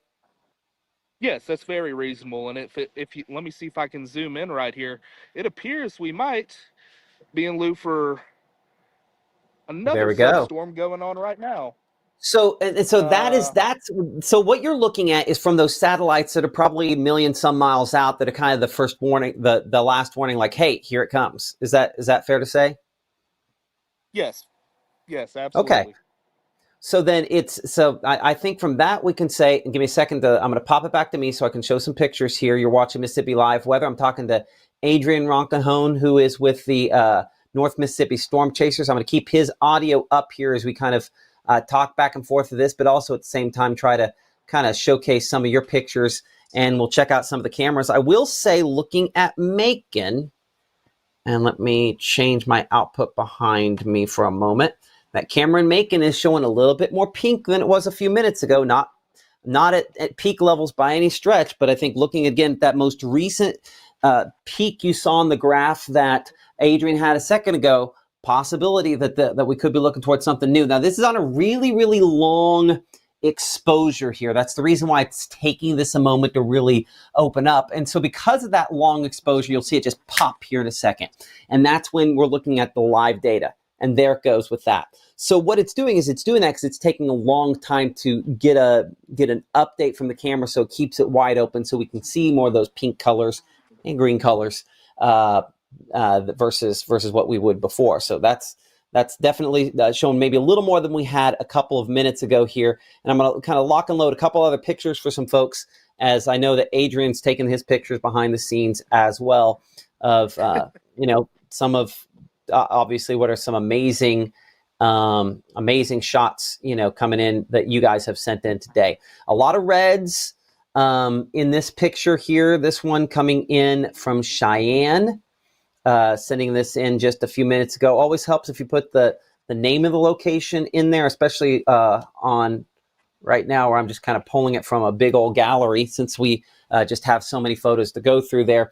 But dark reds and a beautiful silhouette in the foreground here, a sign that they've got a really good night sky there. I'm envious. If we didn't have this solar storm, and even if we do, probably some amazing shots there of the Milky Way coming in with that one. I'm going to keep you again behind the scenes here, Adrian. I'm going to watch your audio levels, and I will probably pop you up after I go to Gabe here in a second. I'm going to bring Gabe in for a moment because he's been monitoring a lot of things as well. I know a number of the pictures and things with folks. I'm going to bring it over. I think you're probably at the big monitor there, Gabe. And what do you have coming in now? Hold on. There we go. Okay. There we go. Yeah, I turned off my audio behind the scenes. Had to go get a sip of water. Hey, I wanted to showcase. I'm going to do that. Yeah, go get a sip of water because I think we've been talking about these Northern Lights for about 2.5 hours now. So shows how excited we are here behind the scenes, and we'll touch back with Matt and Adrian here in just a moment. I want to showcase to you guys a little game of I Spy. We all played it as a kid, right? Well, this is a great shot of one of those Northern Lights pictures that we've had across the area, and this was submitted by Holly. Holly told me that the Northern Lights, very cool feature. Shooting star, really cool, right there in the middle. Now, I'm curious if that's actually shooting star, kind of, with the high exposure. Could be a multitude of things, but this is the favorite part of the picture. Look at that. I don't know if you can see it. Oh my word. Let me zoom in here real quick because basically it was someone in the background due to the high exposure that basically you can see the two eyes in the distance. And oh, I'm so curious if you can see that right there in the middle of your screen. So that is creepy. That is creepy, but one of my favorite photos of the night so far, I was behind the scenes just rolling looking at that picture because you would be too if you saw that because I was like, where are the eyes? Oh, right there staring at me. So that was one of the pictures. Big shout out to Holly. And yeah, creepy picture post-Halloween. We'll take it, but still very cool to get to see some of those. We've gotten a multitude of pictures across the region just submitted from all across North Mississippi. I'm just going to cycle through a few of these. As you can see, this was during that second resurgence that took place here across North Mississippi that Adrian has been breaking down for us. And you can see those vibrant colors just being seen. Some of those greens as well in the distance. So getting a good look right there. I'm going to try and, I think I can zoom it out just a bit. That was Caleb actually messaging me. So I think Caleb has a picture too that we'll be able to showcase here in just a moment. But yeah, getting some of those greens right there in the distance. And if we just keep cycling through it, you can just see the beauty that comes with these Northern Lights, no matter where you are at, has been quite a show, a storm that we like to see in North Mississippi. So big shout out to everyone for submitting their photos. And again, another drone shot right there during that second resurgence from Mark, getting a good view right there. Honestly, more vibrant than the first one. And I thought the first one was fantastic. So, oh my word, just take it all in. Take it all in. I'm jealous. Apparently they have a better low light drone camera than we have, or maybe I just timed it really wrong. Well, they're also in, I think they said Dennis, I think is where they are. Okay. So I don't know if that had anything to do with it. Oh, hey, do you want to play I Spy real quick? Okay. Okay, so I heard something about these eyes. Now, where did you? Who told you about the eyes? I've well, seen so they them. submitted the picture. This is the comment that they had. It was, let me see if I can get off screen enough. Northern Lights. Like somebody's watching me. Do you see that? I do see that. That's creepy. Is it actually eyes? Yes. It was someone in the distance. They said, Northern Lights, cool. Shooting star, really cool. Not realizing there's a pair of eyes that are just staring at you, absolutely not cool. And I felt like that was a very perfect description. Not priceless, right? Do you remember the priceless commercials? Are you too young for that? The what commercials? It's like, it'd be three things, and the last thing would be the price of this, priceless. It was like MasterCard commercials back in the day. Would you be upset if I said I don't remember? Young and no, I know. You're about 7 years old. It's fine. That's fine. Whatever. I'm old. Not every day I feel old, but here we go with one. Okay, let's check out some of these shots. Wanda with another great picture here. Again, appreciate all of you for sending in your weather pictures, all our weather watchers here in North Mississippi and beyond. We've had a lot from beyond this evening. Wanda with a great picture there. Of course, cattle guard in the foreground there. And then, of course, the lights in the background. I'm going to bring in Adrian's audio. Adrian, I think your audio's still up. What are you seeing as far as the most recent substorm? First off, are we dealing with another one of these substorms kind of affecting us, or how are things playing out at this point? We certainly had a weaker one here about 5 minutes ago. Through the yellow or the red haze, you could see some distinct pillars off in the distance. Here, let me see if I can go back. Find it. Yeah, so we had some pillars off in the distance that were shining just for a moment, but they've since faded. I'm wondering if the data has I can started to tank actually, I back into think, the sort charging of phase. see those. I can sort of see those on y'all's Pontotoc camera. Well, no, I can see it on the picture there. Yeah. Yeah, so you can definitely see that. So what causes the pillars? Again, I'm going to ask you all those questions, and I could actually go and figure that out myself for sure. And at one point I kind of knew, but is it just the way that the ions are aligning along the magnetic field lines? That's something I don't actually know. Okay, I will figure What I that out do and know have is that they are answer a here in a sign of minute. a stronger substorm. Okay. Well, I will get the answer for that here in a second. I'm going to bring up y'all's. Let's see here. Let's get this changed over so I can bring up the camera in Pontotoc, because I do kind of see a thing. Some vertical lines there showing up on this as well. Some of this green on the horizon could again be, and Adrian, I know that I have your audio in the background. I don't know if I have it potted up at this moment. I don't. I'm bring it in. Are you getting any greens on yours? Or I'm assuming the greens I'm seeing on Pontotoc are just the fact that we're getting the lights of the city there kind of shining. Is that more reasonable? Let me check my latest photo. Give me 1 second. Okay. But especially on the sky cams, yeah. Well, I do faint greens. There is some faint greens on mine. Okay, so Then I do have maybe it's some just we got light. a really long exposure. That's what it is. Yeah, it's very possible. I do have some light pollution where I'm at, but this is a little off to the right of where the light pollution is in previous photos. So this very well might be some green seeping through. Okay, let's see here.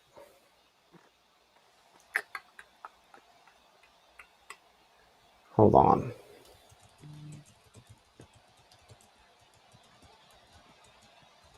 Normally you do get, so you get the reds first, the bright reds, then the reds transition to pillars. And then if you have a strong enough storm post that point, you get some greens that start to seep in underneath. And then, you get some of those dark purples. Now, I have So not been fortunate enough to really see many dark purples, unfortunately. By the way, it is the magnetic field lines when I went through and did my check on that. So good guess. yeah, great. Next time I'll try to get Dr. Tanner from down at Mississippi State. We usually try to talk to her about some astronomy stuff, and I realized that I did not have her phone number. And I know she watches from time to time, so I'm sure that she will reach out, Matt at msliveweather.com, so we'll get hooked up so we can talk next time as well. That's not to say you're not doing a great job, Adrian. You're doing a spectacular job. Oh no, she's the expert. Bring her in. I want to hear her talk. Yeah, we'll see. We'll see if she emails me on that. If that's the case, we'll try to bring it up. I love how our Tupelo Tower cam again is probably not going to have a great shot of this here because again, this is not with a long exposure, and it's a reminder that if you're going outside, I'll move this side because you still see kind of the orangish sort of color over there. If you're going outside expecting to see bright red like these photos are showing, that is just not the reality of the situation. It doesn't look quite like that to the naked eye. Y'all have sent in about 350 pictures so far. This one from Asia in Algoma. I'll kind of pop this up here. Again, Asia shot, again, beautiful stars, the green toward the horizon, probably more a little layer of clouds we've had move through and then a reflection of a distant city. Algoma is not exactly near cities, but you know what? That's probably looking toward that would be looking toward Pontotoc, so that's probably the same green that we're getting on the Pontotoc camera a moment ago there. Whatever clouds, whatever, haze is kind of reflecting that back there. It's probably what's being detected. Appreciate Asia for sharing that in the Mississippi Live Weather app. And again, I kind of sort of see on the wider shot, I saw the pillars more than on this one here. This picture coming in from This would be Smithville from Elizabeth McMillan. Appreciate Elizabeth for sharing this here. You're watching Mississippi Live weather. Current time is 9:46. So here's what I need from you behind the scenes, Gabe Maynor. We're going to actually have a show together for 10 o'clock. I'm going to leave you links to try to get us a show sort of up together. I'll take the A block. I'll give you B block. We'll show some pictures intermixed with both those and actually show a little bit of weather. But I'll let you get that all up and ready to go behind the scenes. We'll lock and load the show and launch that coming up right at 10 o'clock.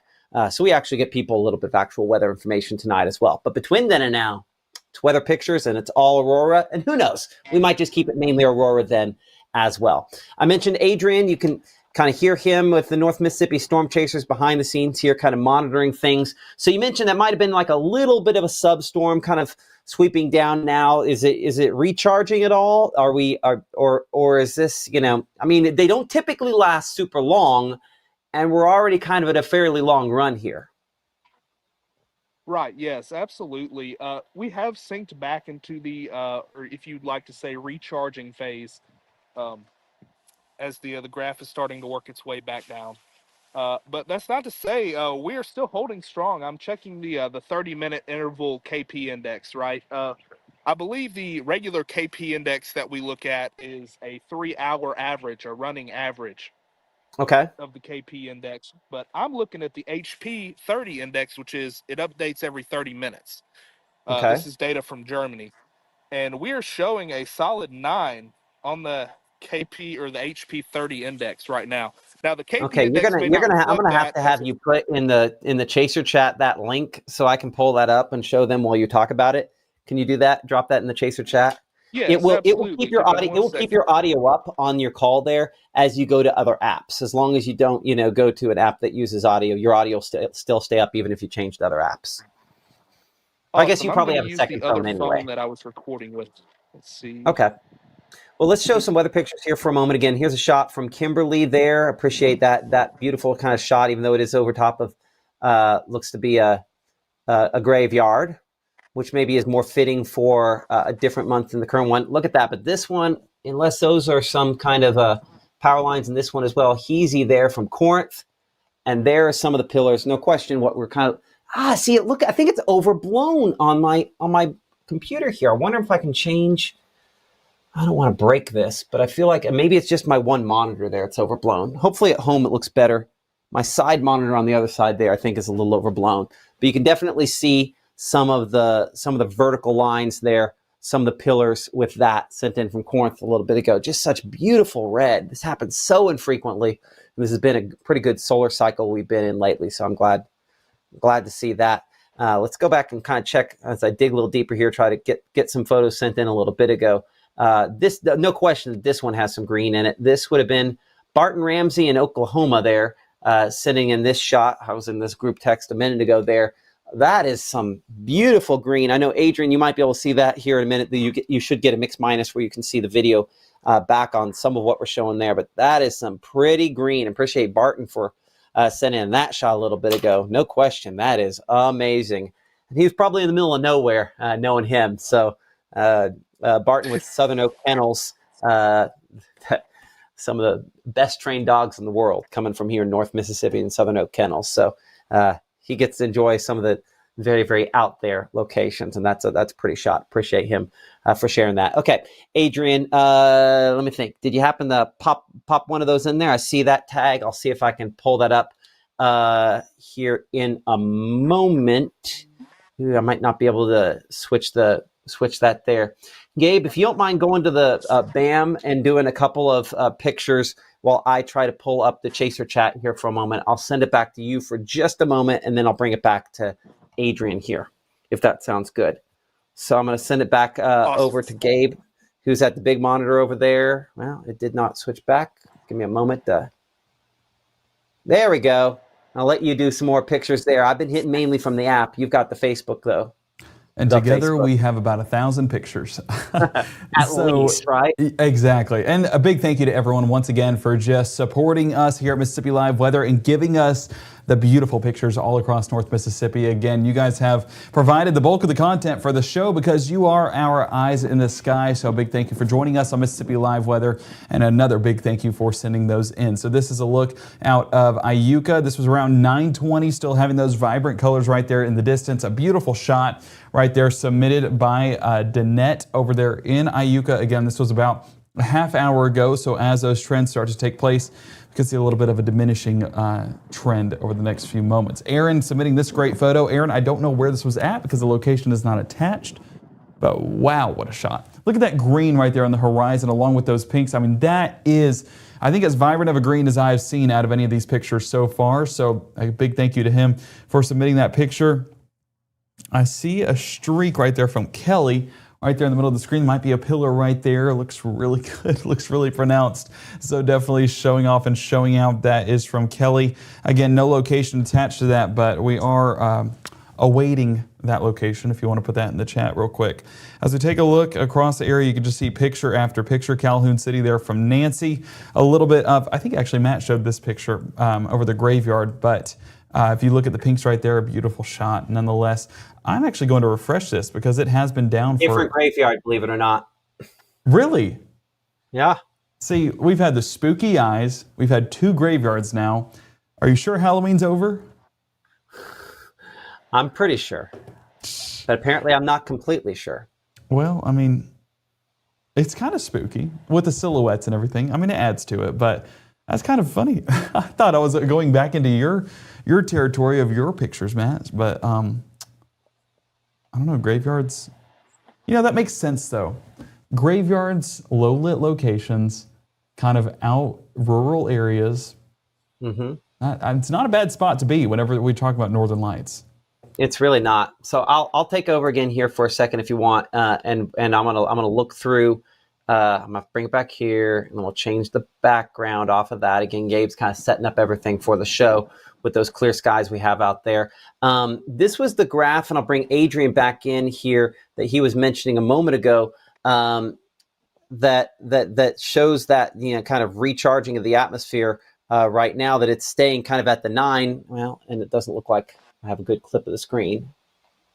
So let's come over to this computer. Y'all don't want to know how many monitors I have here at the house. It's insulting to electricity. Okay, so I have your graph up here, Adrian, and I mean, clearly it's high, right? On that half-hour average. Right. Oh yeah. I mean, that's about as high as it gets, I'm scale. assuming. Yeah. Mm-hmm. Which I've seen it hit about 9. I believe last May I saw it hit 9.5, roughly, is what I saw it hit over the course of like 3 consistently. So yeah, that event was very special in its own right. But this, I mean, this has been very consistent too in the upper echelon of solar storms, sitting at a solid 8 for the past 2 or 3 hours and peaking at 9, what you've seen in the last half hour. Yeah, that's, I mean, okay, got it. No cookies. Yeah, I mean, that's very substantial. And you guys have been sending in a ton of pictures as well that I have not been getting into. I mean, here's some of the pictures that I have, some of your guys' pictures showing up, and in particular yours that you have in front of that lake. So this is an opportunity to kind of show some of the pictures. Now, these are the more recent ones in the last couple minutes here that you have sent in. I mean, I see some of those pillars you're talking about, very, very much visible kind of middle of that. So you're up near Iuka? Where are you at? So I am all the way north of J.P. Coleman State Park, all the way toward the very tip of the Little Peninsula, right there on Pickwick Lake. So at the far tip of J.P. Coleman State Park, just past the government facilities. So Okay. right here on the lake with a good view to the north. And I've got people coming in and out. But yeah, it's really the place, the only local place that I could really get away from the light pollution. That's the biggest thing, where you get some of that ambient green light that really messes up your aurora photos. So it was really important to get away from the light pollution best I could in my region. Yeah, well, I mean, you got some good ones, no question about that. I'm gonna kind of cycle through some of the rest of them, even though I'm gonna have your name up. We're gonna kind of go through some of these. These couple come from Stan with North Mississippi Storm Chasers, likely down Oktibbeha County area where he's kind of based out of. You can see some of the pillars even down there, maybe not quite as pronounced as yours. And again, that's some of that ambient green light that is just nearly impossible to get away from. A lot of the green light we're seeing on these, not necessarily the auroras. There are a couple that the green light has been the auroras, but there's a lot where that hasn't necessarily been the case. Shane up in Georgetown, Kentucky, with some shots here that, again, a reminder that you don't have to be north. Sometimes you can be right here and be in good shape. He has some decent shots, but I mean, I think Adrian's blow them out of the water. So here in North Mississippi, we've had a pretty good show tonight as well. Yes, Gabe. Hey, I do want to say, pull up the Lynx computer right now and look at how many photos have been submitted in 24 hours. You mean in 3 hours? Really? Yeah, and they haven't all filled into the system. It's been a large outpouring of photos. Thank you so much for sharing those. And we might use that to pull some of the farther photos. I'm going to take it down here in a second. Honestly, we can pull the photos up in the other place probably just as easily as you're pulling them in there. I would get the other stuff ready, and I'll just kick it back to here when we need to hit some photos. Perfect. That sounds good. Yeah. And of course, Gabe will also have a look at kind of everything. So hopefully I'll have that ready. By the way, Gabe, we'll probably we'll probably send a push out on the app, and we'll just leave Facebook and everything going as it is, rather than shut it down and restart it. Sound good? Yeah. Let me get some last minute things over here, and we should be good to go. Okay, that'll work. Let me get my output back over here to some of the other pictures. And again, going through so many pictures that y'all have sent in. It's just been an incredible number of pictures. We're at 366 or so far this evening. I think everybody's probably, hopefully, got their fill of the aurora so far. There are just some that have, again, I like the fact that we've had a few selfies that have been sent in among the many, many others. It's kind of an important thing to make sure that you're enjoying events like this with the family, because it's just kind of a cool opportunity to see that. Adrian with the Storm Chasers here, so looking at some of your latest data, is it reasonable to assume that again, we're kind of recharging for more at this point? Do you see any indications of another substorm coming?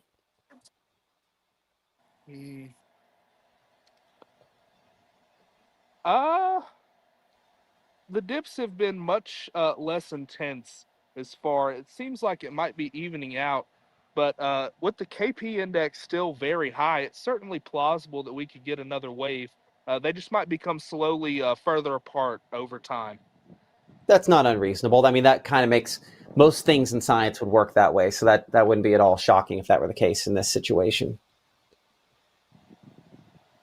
So that makes sense. According to the data, it says that we reached, we're actually encountering another small substorm at this moment, but they're fluctuating a lot less. So maybe it's the atmosphere trying to equalize itself, or the ionosphere. Yeah, I mean, that makes sense. That could definitely be the case. I have our reminder up there. We do live shows at 5, 6, and 10 p.m., 6:37 and 7:30 a.m. Of course, that means we do have a 10 o'clock show coming up here in just a few seconds where we're going to kind of re-rack things here. And we do appreciate everyone for, again, watching us here on Mississippi Live Weather and supporting us here. And we will kind of start that show up here in a second. We'll talk to Adrian about his predictions on where we're going from here. But Mississippi Live Weather at 10 o'clock starts here in just a moment. We found Tupelo Smiles when our kids outgrew their pediatric dentist, and my husband and I wanted a place where the whole family could be taken care of. As far as technology goes, there is nobody more advanced than Tupelo Smiles. Give the gift of a delicious burger from Bulldog Burger, a soup and sandwich from Sweet Pepper's Deli, appetizers and cocktails from The Grill, or even a wood-fired steak from Harvey's. Choice is the perfect gift. An all-in-one gift card from Eat With Us. Mississippi's trusted weather experts. This is Mississippi Live Weather at 10. Welcome to Mississippi Live Weather at 10. I'm Chief Meteorologist Matt Lawpon. Maybe we've been doing space weather a little more than we usually do here so far this evening.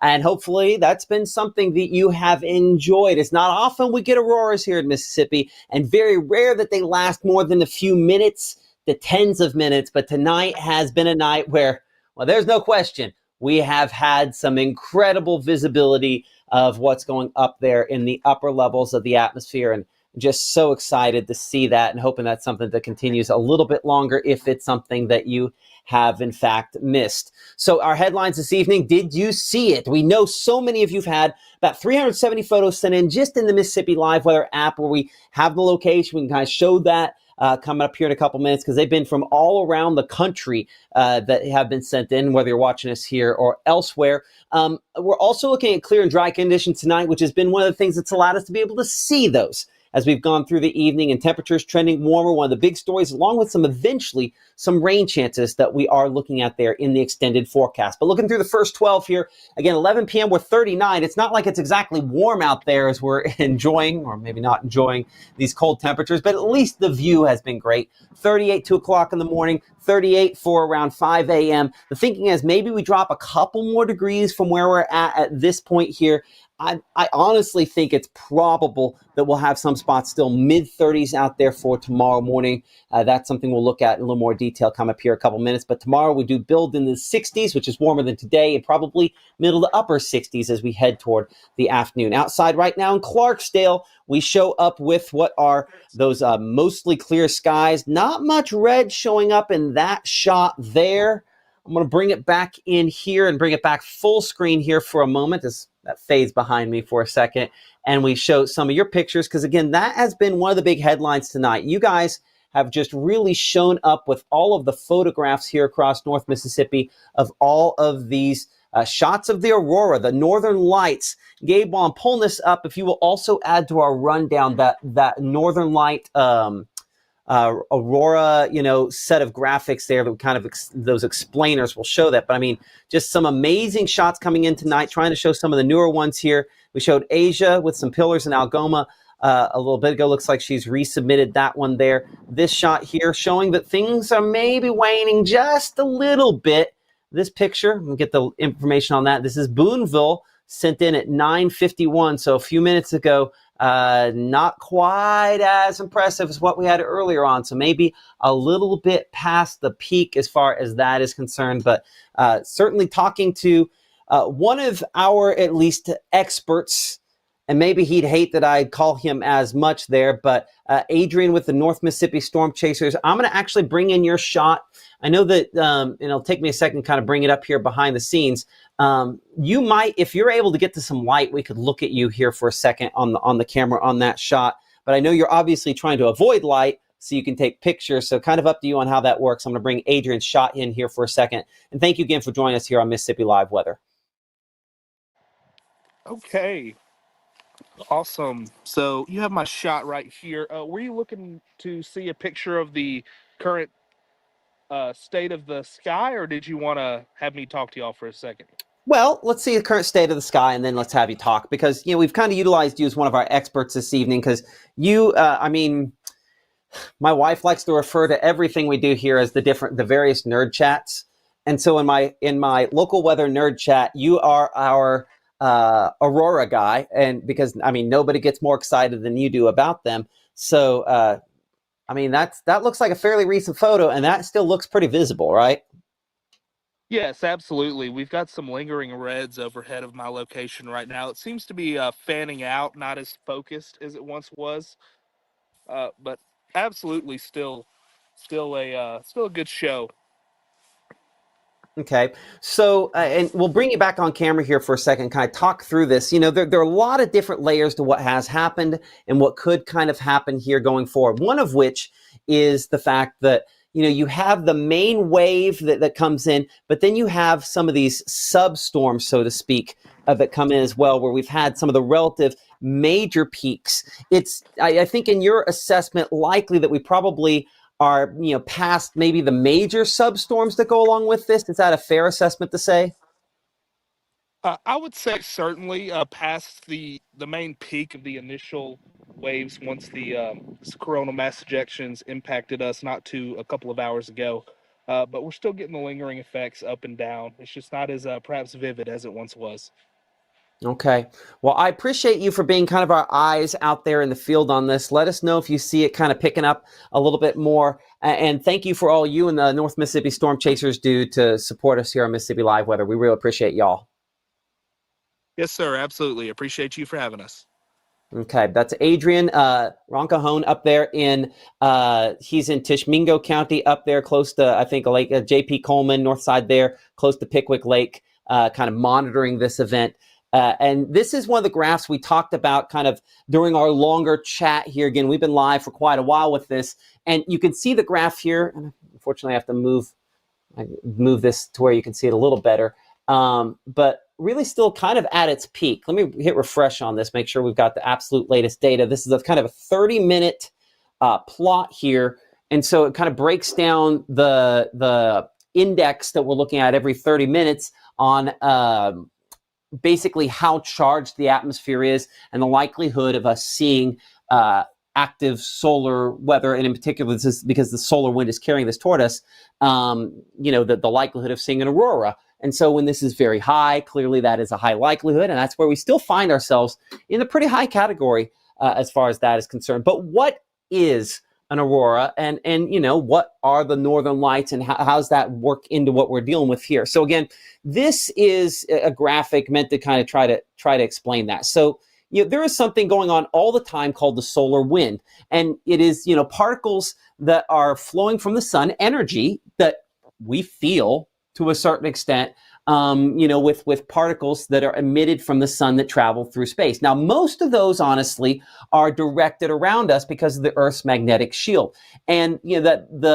the particles tend to follow those lines of those magnetic field lines. When we get into a situation where we have the northern lights showing up, we have an aurora, is when we get a strong ejection of the corona of the sun toward us. And so massive amounts of particles work their way toward us from the sun. And so on occasion, those particles are more charged and more plentiful than normal. And that's where we are with this. We had a little more than a day ago, an ejection of those particles toward us. And so when we get the northern lights to form is when those particles tend to follow those field lines in from the poles and down toward us. And so that can then allow those charged particles to reach the poles along the magnetic field of the Earth. And so when that happens is when we end up seeing those particles colliding with molecules in the atmosphere, nitrogen and oxygen in particular. And so when they hit those molecules, they excite those molecules. And that's when we start getting the colors for the aurora or the northern lights that we've been seeing this evening. The colors in particular we've seen have primarily been your reds and your greens. And that then comes back to the oxygen molecules that have been excited from this. And so different molecules emit different colors. The majority of our atmosphere made up of nitrogen and oxygen. Thus, the colors we're most likely to see are going to end up being your reds, your greens, your blues, and your kind of purple sort of colors there. Nitrogen being the most plentiful, but oxygen, and when we start talking about some of those higher level ozone layer, for example, oxygen molecules part of that there, even though it's O3. Either way, point being, the oxygen molecules are the ones that gives us the red and the greens, and those have primarily been the colors that we have seen as we've gone into and through this evening here.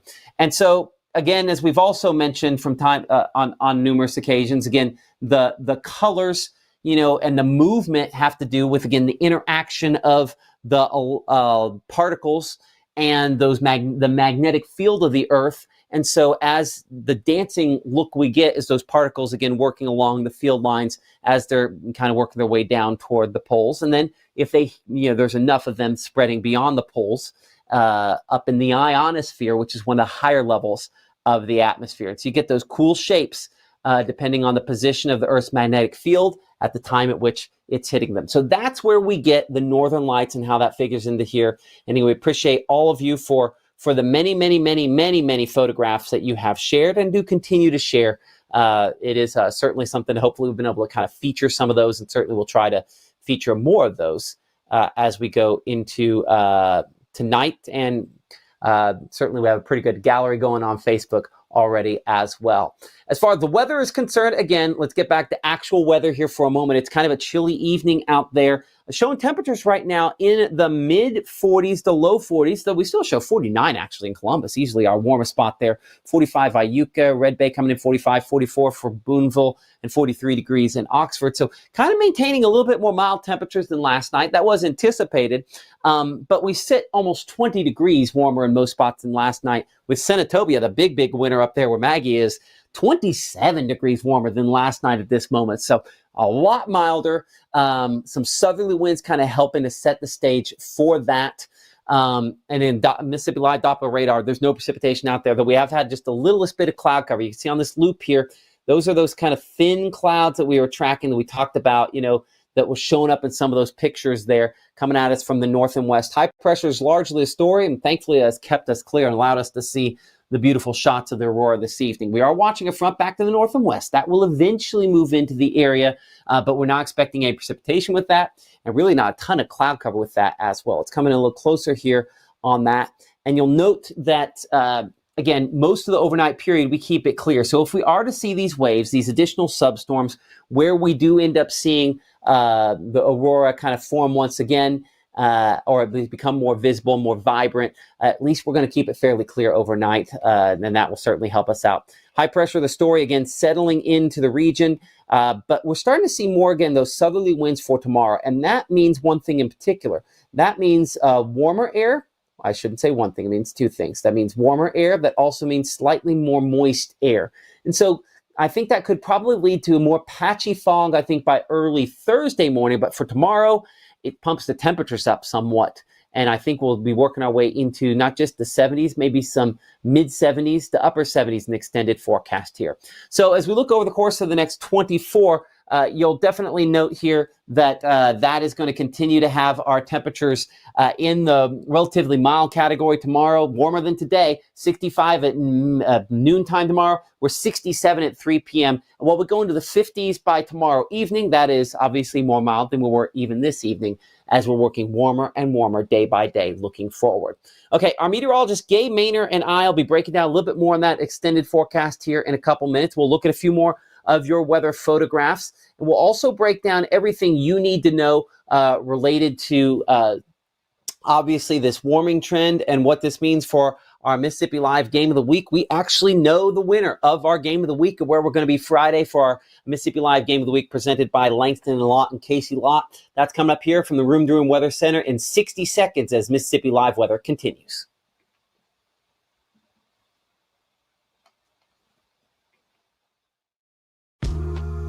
I know you're going through a lot. I wonder if you know that we can get help. Let's see how far we can go. Love, your mind. I felt accomplished after I got my diploma.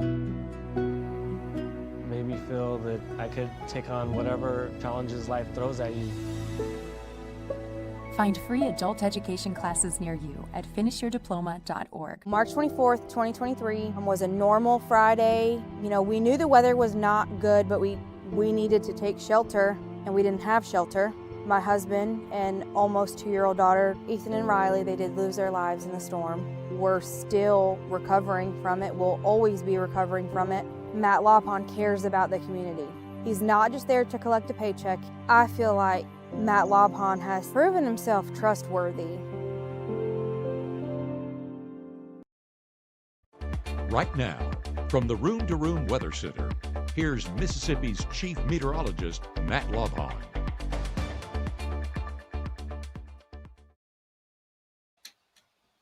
Well, Elizabeth sending us this shot. Again, Northern Lights, the big weather story of this evening as we are continuing to get some of those pictures in of some of the brighter ones earlier on. Appreciate Elizabeth with that shot sent in just a little bit ago. Looks like I hit refresh on that. So let's get 24 hours. And again, one of the cool things is that you guys have sent in weather pictures, not just from here, but all across the United States. So most of the shots have been here from North Mississippi, but I got to show, I guess, one.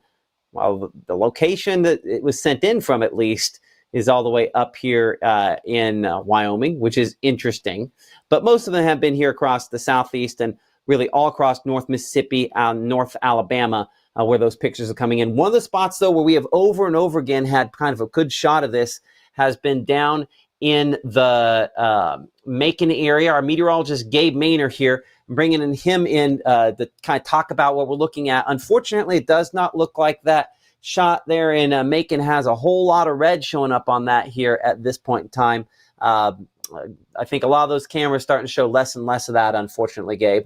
And that's what Adrian's been talking about, kind of the diminishing trend of our northern light phenomena this evening. Been tracking it since about 6:30, 7 o'clock, somewhere in that time frame, right? Between 6:30 and 7, yeah. That's longer than our big event last year. So the fact that we had that, we need to definitely look at this as a glass half full type scenario. And if you didn't go outside in that 3.5 hours, then you're just out of luck at this point. But we're definitely on a downward trend, and that's the unfortunate part about it, but all good things must come to an end. I will say, still probably getting a little bit of a visual depending on how much exposure those cameras do have. And if you let it sit there, I think we saw a 10-minute exposure earlier, really amplified those colors. Wouldn't be an impossibility to continue to see that even on the lower end of our northern light spectrum. I was going to say, the only place I'm kind of seeing, and I'm going to have to kind of cut over here to find it, I think Pontotoc, which again we had on the longest exposure, still has a little bit showing up. Hold on, yeah, that's the old image. Oh, so we'll give that a second. I know. Give it a second here. There's still a little bit there, maybe just the littlest bit in Mabon. And again, this is on a very long exposure, so it's going to take it a moment to get back going about now. Okay, so you can still see a little bit of red there at the top of the screen kind of showing up, but not nearly what we had at its peak, right? We'll take it though. Not complaining one bit, because rarely do we get an event like what we've had tonight, and the fact that it's still going on somewhat at 10:17, hey, not complaining. Yep, absolutely. So take it away on the forecast. Well, forecast side of things, do you want me to talk about game of the week? I haven't pulled up, or do you want to take that over? Oh, we can do that. Okay, hold on a second. Let's I'll send it. I'll pull up game of the week. I'm going to pop your audio back up. Give me a moment here. Nope, my behind the scenes didn't work, so I'm going to send it to you for game of the week, assuming it will go that way. Sweet. Well, just need a drum roll from you for a game of the week. Drum roll. Okay, ready? 3, 2, is that the right one? And go. There we go. Your winner for our Mississippi Live Weather Game of the Week for our playoff edition is going to be Okolona traveling to Faulkner. Going to be a good one between those two teams over there in Faulkner. 57% of the vote, so there's a pretty overwhelming majority voting for that matchup. That was 1,137 votes. Kemper County versus Water Valley, 318 votes. And then if we look at West Lowndes and Biggersville, trying to get a little bit of a comeback, but unfortunately came up just short at 559 votes. So Okolona, Faulkner, need a favor from you guys, need those Spirit Squad submissions, and we do need those marching band pictures so we can go ahead and have those votes going for Wednesday and Thursday and, of course, Friday leading into the big game. This is going to be some playoff action between two teams that feel like they deserve to go to the next round. So excited to be out there with you guys. Haven't been to either of these teams, haven't been to Faulkner so far this season, so very grateful that we get to go out to meet a few more folks that we may not have seen all season long. So come up there, say hey to us, snap a couple pictures, and of course, go vote for your respective team to see who comes out on top in this head-to-head matchup. We say it every week. The head-to-head matchup does not start 7 p.m. on Friday. No, it starts Wednesday with the marching band and Spirit Squad vote. So thank you to everyone for voting, and we're excited to be up there in Faulkner this Friday night. So Matt, I know that it's going to be a cooler evening heading into our Friday, but we'll have a full breakdown on that forecast actually coming up right now. But are you excited to head to Faulkner? I'm really excited to go to Faulkner. It's been a few years since I've been up that direction, so I'm really excited to go that part of Tippah County. It was a place where toward the end of the TV station we weren't covering quite as often. So I'm really excited to be able to get back up there and see all those folks here pretty soon. Yeah, it's gonna be a good one. I'll take care of the first graphic, and I'm gonna hand the rest of this weather show over to you. Does that sound good? Sounds good. I'll make my way over. Okay, that'll work. Okay, so let's get this launched and going. My little switcher here behind the scenes, I'll hit the button and it doesn't want to go, but it went that time. So we'll be ready to talk to Gabe here in just a second. But yeah, clear skies and mid-40s out there in the Winona area right now on this beautiful evening. Good evening to y'all there in Montgomery County hopefully are doing all right. Again, those 40s out there for temperatures. That's above, a lot above where we were last night at this time. And it's not just us, it's really across the entire region where we have, again, those lower to middle 40s out there. And Gabe, I think it unfortunately, it killed off all of our plants with the last two killing freezes. Had to bring it up. But the thing is, it's way deep down in Florida, too. That's the funny thing. Like, practically Orlando's in freeze warning. So at least we're not alone. And in our cases, it didn't kill agricultural, crops. At least not ones that we didn't expect, right? Well, and not ones that haven't needed to be harvested over the past few weeks. So we know this harvest season's happening right now. Farmers have been through the ringer this year when it comes to weather and crops. So probably ready to weather the weather literally away as they harvest those crops. But yeah, frosty, frozen conditions to start off this week, trending in the right direction. But yes, Matt mentioned it, and I've experienced it. Any of those crops that you did have outside that you were hopeful to produce a couple of tomatoes, did not produce it and died in the process. Went out there earlier this morning just watering it in hopes of it was the magic seed, and it just brought it back, but it did not. And I see those tomatoes just looking at me thinking, you know what, Gabe, we're so close. But next year, I promise I'll have some tomatoes, send you guys pictures, and it'll be a whole big kumbaya happy day. But yeah, unfortunate right now. Oh, hurts my heart. All right, temperatures across the region, like we mentioned, definitely cool, but those feels like values dropping at a few degrees with those wind chill values. Out there in Georgia, we're talking well into that freezing and some below freezing areas. I mean, the fact that Tallahassee feels colder than Fayetteville, Arkansas, yeah, that doesn't happen too often, and that happens with a significant cold front. Still feeling the effects over there in Florida. That's why those freeze warnings are still in place, but we expect ours to be lifted as we get into those overnight forecasts. Our Mississippi Live weather radar keeps things dry. That slight bit of cloud cover moving through the region, that even clearing out overnight. So if there were to be a resurgence in our geomagnetic storm, then the potential to see some more clear conditions will be in the process as well. So keep an eye on that, and we'll of course keep you updated here at Mississippi Live Weather. Looking at that satellite imagery closer to home, of course, you do see those clear conditions across the region, and that'll continue to clear out overnight before more cloud cover moves in later on this week. So our Mississippi Live weather day planner overnight stays calm, stays clear, and stays cool. 39 degrees by midnight and 37 heading out the door tomorrow morning. Hey, not below freezing, not the low 20s. No complaints about that forecast, but still layer up as you head out the door will be a necessity for that morning commute. Our futurecast carries on in those dry conditions across the region, getting into our early AM hours on our Wednesday. But you see those winds coming out of the south, the southwesterly direction, and that's going to provide some moisture and some warmer air to our area and allow things to feel so much better in that extended forecast. Wednesday morning, that morning commute staying on the drier side once again, but it is going to be a little bit breezy, 5 to 10 miles an hour, and that's the main thing with our weather pattern that we need to know. And of course, layer up. 38 degrees Tupelo, 37 Red Bay, 36 Vernon and Aliceville. We jump out west, slightly warmer with 45 showing up in Cleveland, 44 in Clarksdale, and 41 around Tunica. Wouldn't be surprised if northwest Alabama did have some frosty conditions to start, as you do see Hamilton right above that freezing threshold. So yeah, if you do have some crops that somehow survived the last couple of days and you live in northwest Alabama, probably not going to make it past tomorrow. Pick up 40 degrees for that bus stop forecast and 67 there by drop-off. Sunshine should be seen all day long, so it'll be a great forecast to get outside if you can handle some of those cold temperatures. Expanded things out here on our futurecast, you can definitely see that we do have a cold front starting to move into the region. Let's watch how this progresses through North Mississippi into our Wednesday morning. You can see 9 a.m. already into Jonesboro, and then by noontime we're talking Memphis, so inching closer and closer. But this cold front, more of, I played basketball growing up, so we're going to call it a pump fake, because it's not exactly doing anything here on the ground, no change in the atmosphere. Primary thing that we'll see is a slight wind shift, but even that's talking southwest to westerly winds, so not really any change in our weather pattern, and we do stay dry at least, so no rainfall expected with this frontal boundary. We stay dry and for the most part on the clearer side with some patchy cloud cover moving through the region.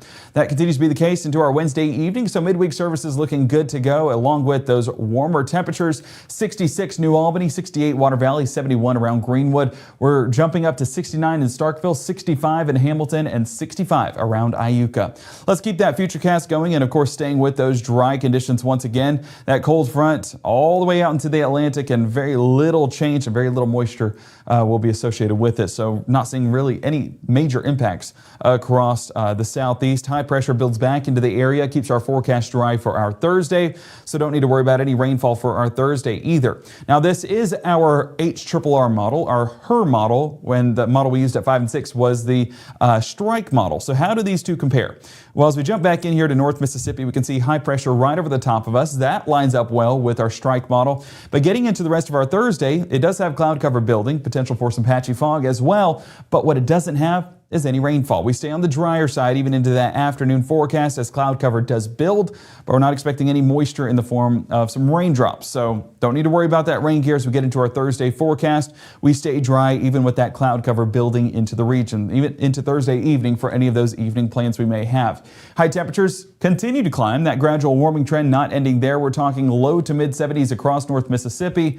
So get out there, enjoy it, especially for our Thursday as those above average temperatures remain in place. Looking at those temperature trends, low temperatures, I mean, we are climbing the roller coaster for sure. 22 degrees today, jumps to 37 Wednesday, jumps to 43 by Thursday, well into the 50s by the weekend, and that's where we'll sit above average heading into the start of next week as well. High temperatures follow that same trend as you see right here. We'll climb gradually into the weekend, well into the mid 70s. So above average temperatures continue to remain in place for our afternoon highs. And those temperatures linger in the forecast into Monday and Tuesday. That slight dip is a result of some rainfall pushing back into the forecast as you see right here. 20% there by Sunday, 20% Monday, and 30% by Tuesday. Now these percentages will fluctuate over the next several days as models get more aligned on when that frontal boundary will push on through. But as of right now, we expect it to move in Monday evening into Tuesday, and that's why those rain chances are a little bit higher. But it could be higher because that frontal boundary pushing through overnight, not exactly going to be during that peak time frame where we're out and about. So that's why it's only 20 and 30. If it were to push a little bit earlier or later, that ups that 20 or it could up that 30. That's something we're paying attention to in that extended forecast. So keep it here for the very latest, but this has been an action-packed edition, as action-packed as a dry day can be here in North Mississippi. And I want to extend a big thank you to everyone here in North Mississippi for your Weather Watcher pictures and just keeping us informed across the region about, what you guys have been seeing. This is an anomaly, not something we see that often, and so I'm glad you guys got to go out and enjoy it and showcase all of those pictures to us here at Mississippi Live Weather. We weren't able to go out and experience it for ourselves, so we experienced it through you guys, and you guys did a masterful job in doing that. So I hope you guys have a fantastic evening. Get out there and try to see what's left of the Northern Lights. Remember, high exposure on those cameras, and go ahead and submit those pictures here to Mississippi Live Weather. Matt, I see behind the scenes you're up and around. Do you want to have anything to say? Okay, sweet. All right, well, we have talked, I think, enough about the Northern Lights that one can. So go out there and see it.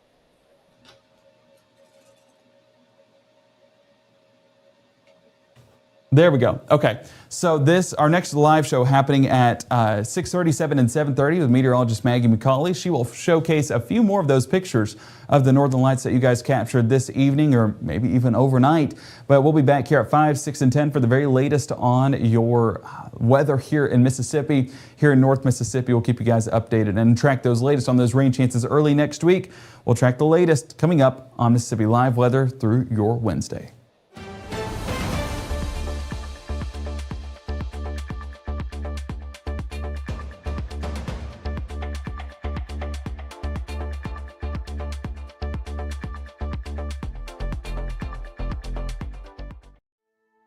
We come from a long line of farmers, and there's a sense of pride, but there's also a significant amount of pressure. Farmers have to take care of their physical and their mental health, because what's a farm without a farmer? Watching the sun come up, that's my time. I can have a cup of coffee, and every day is a new opportunity. That's cool. Yay! Don't forget to check in on yourself. Love your mind.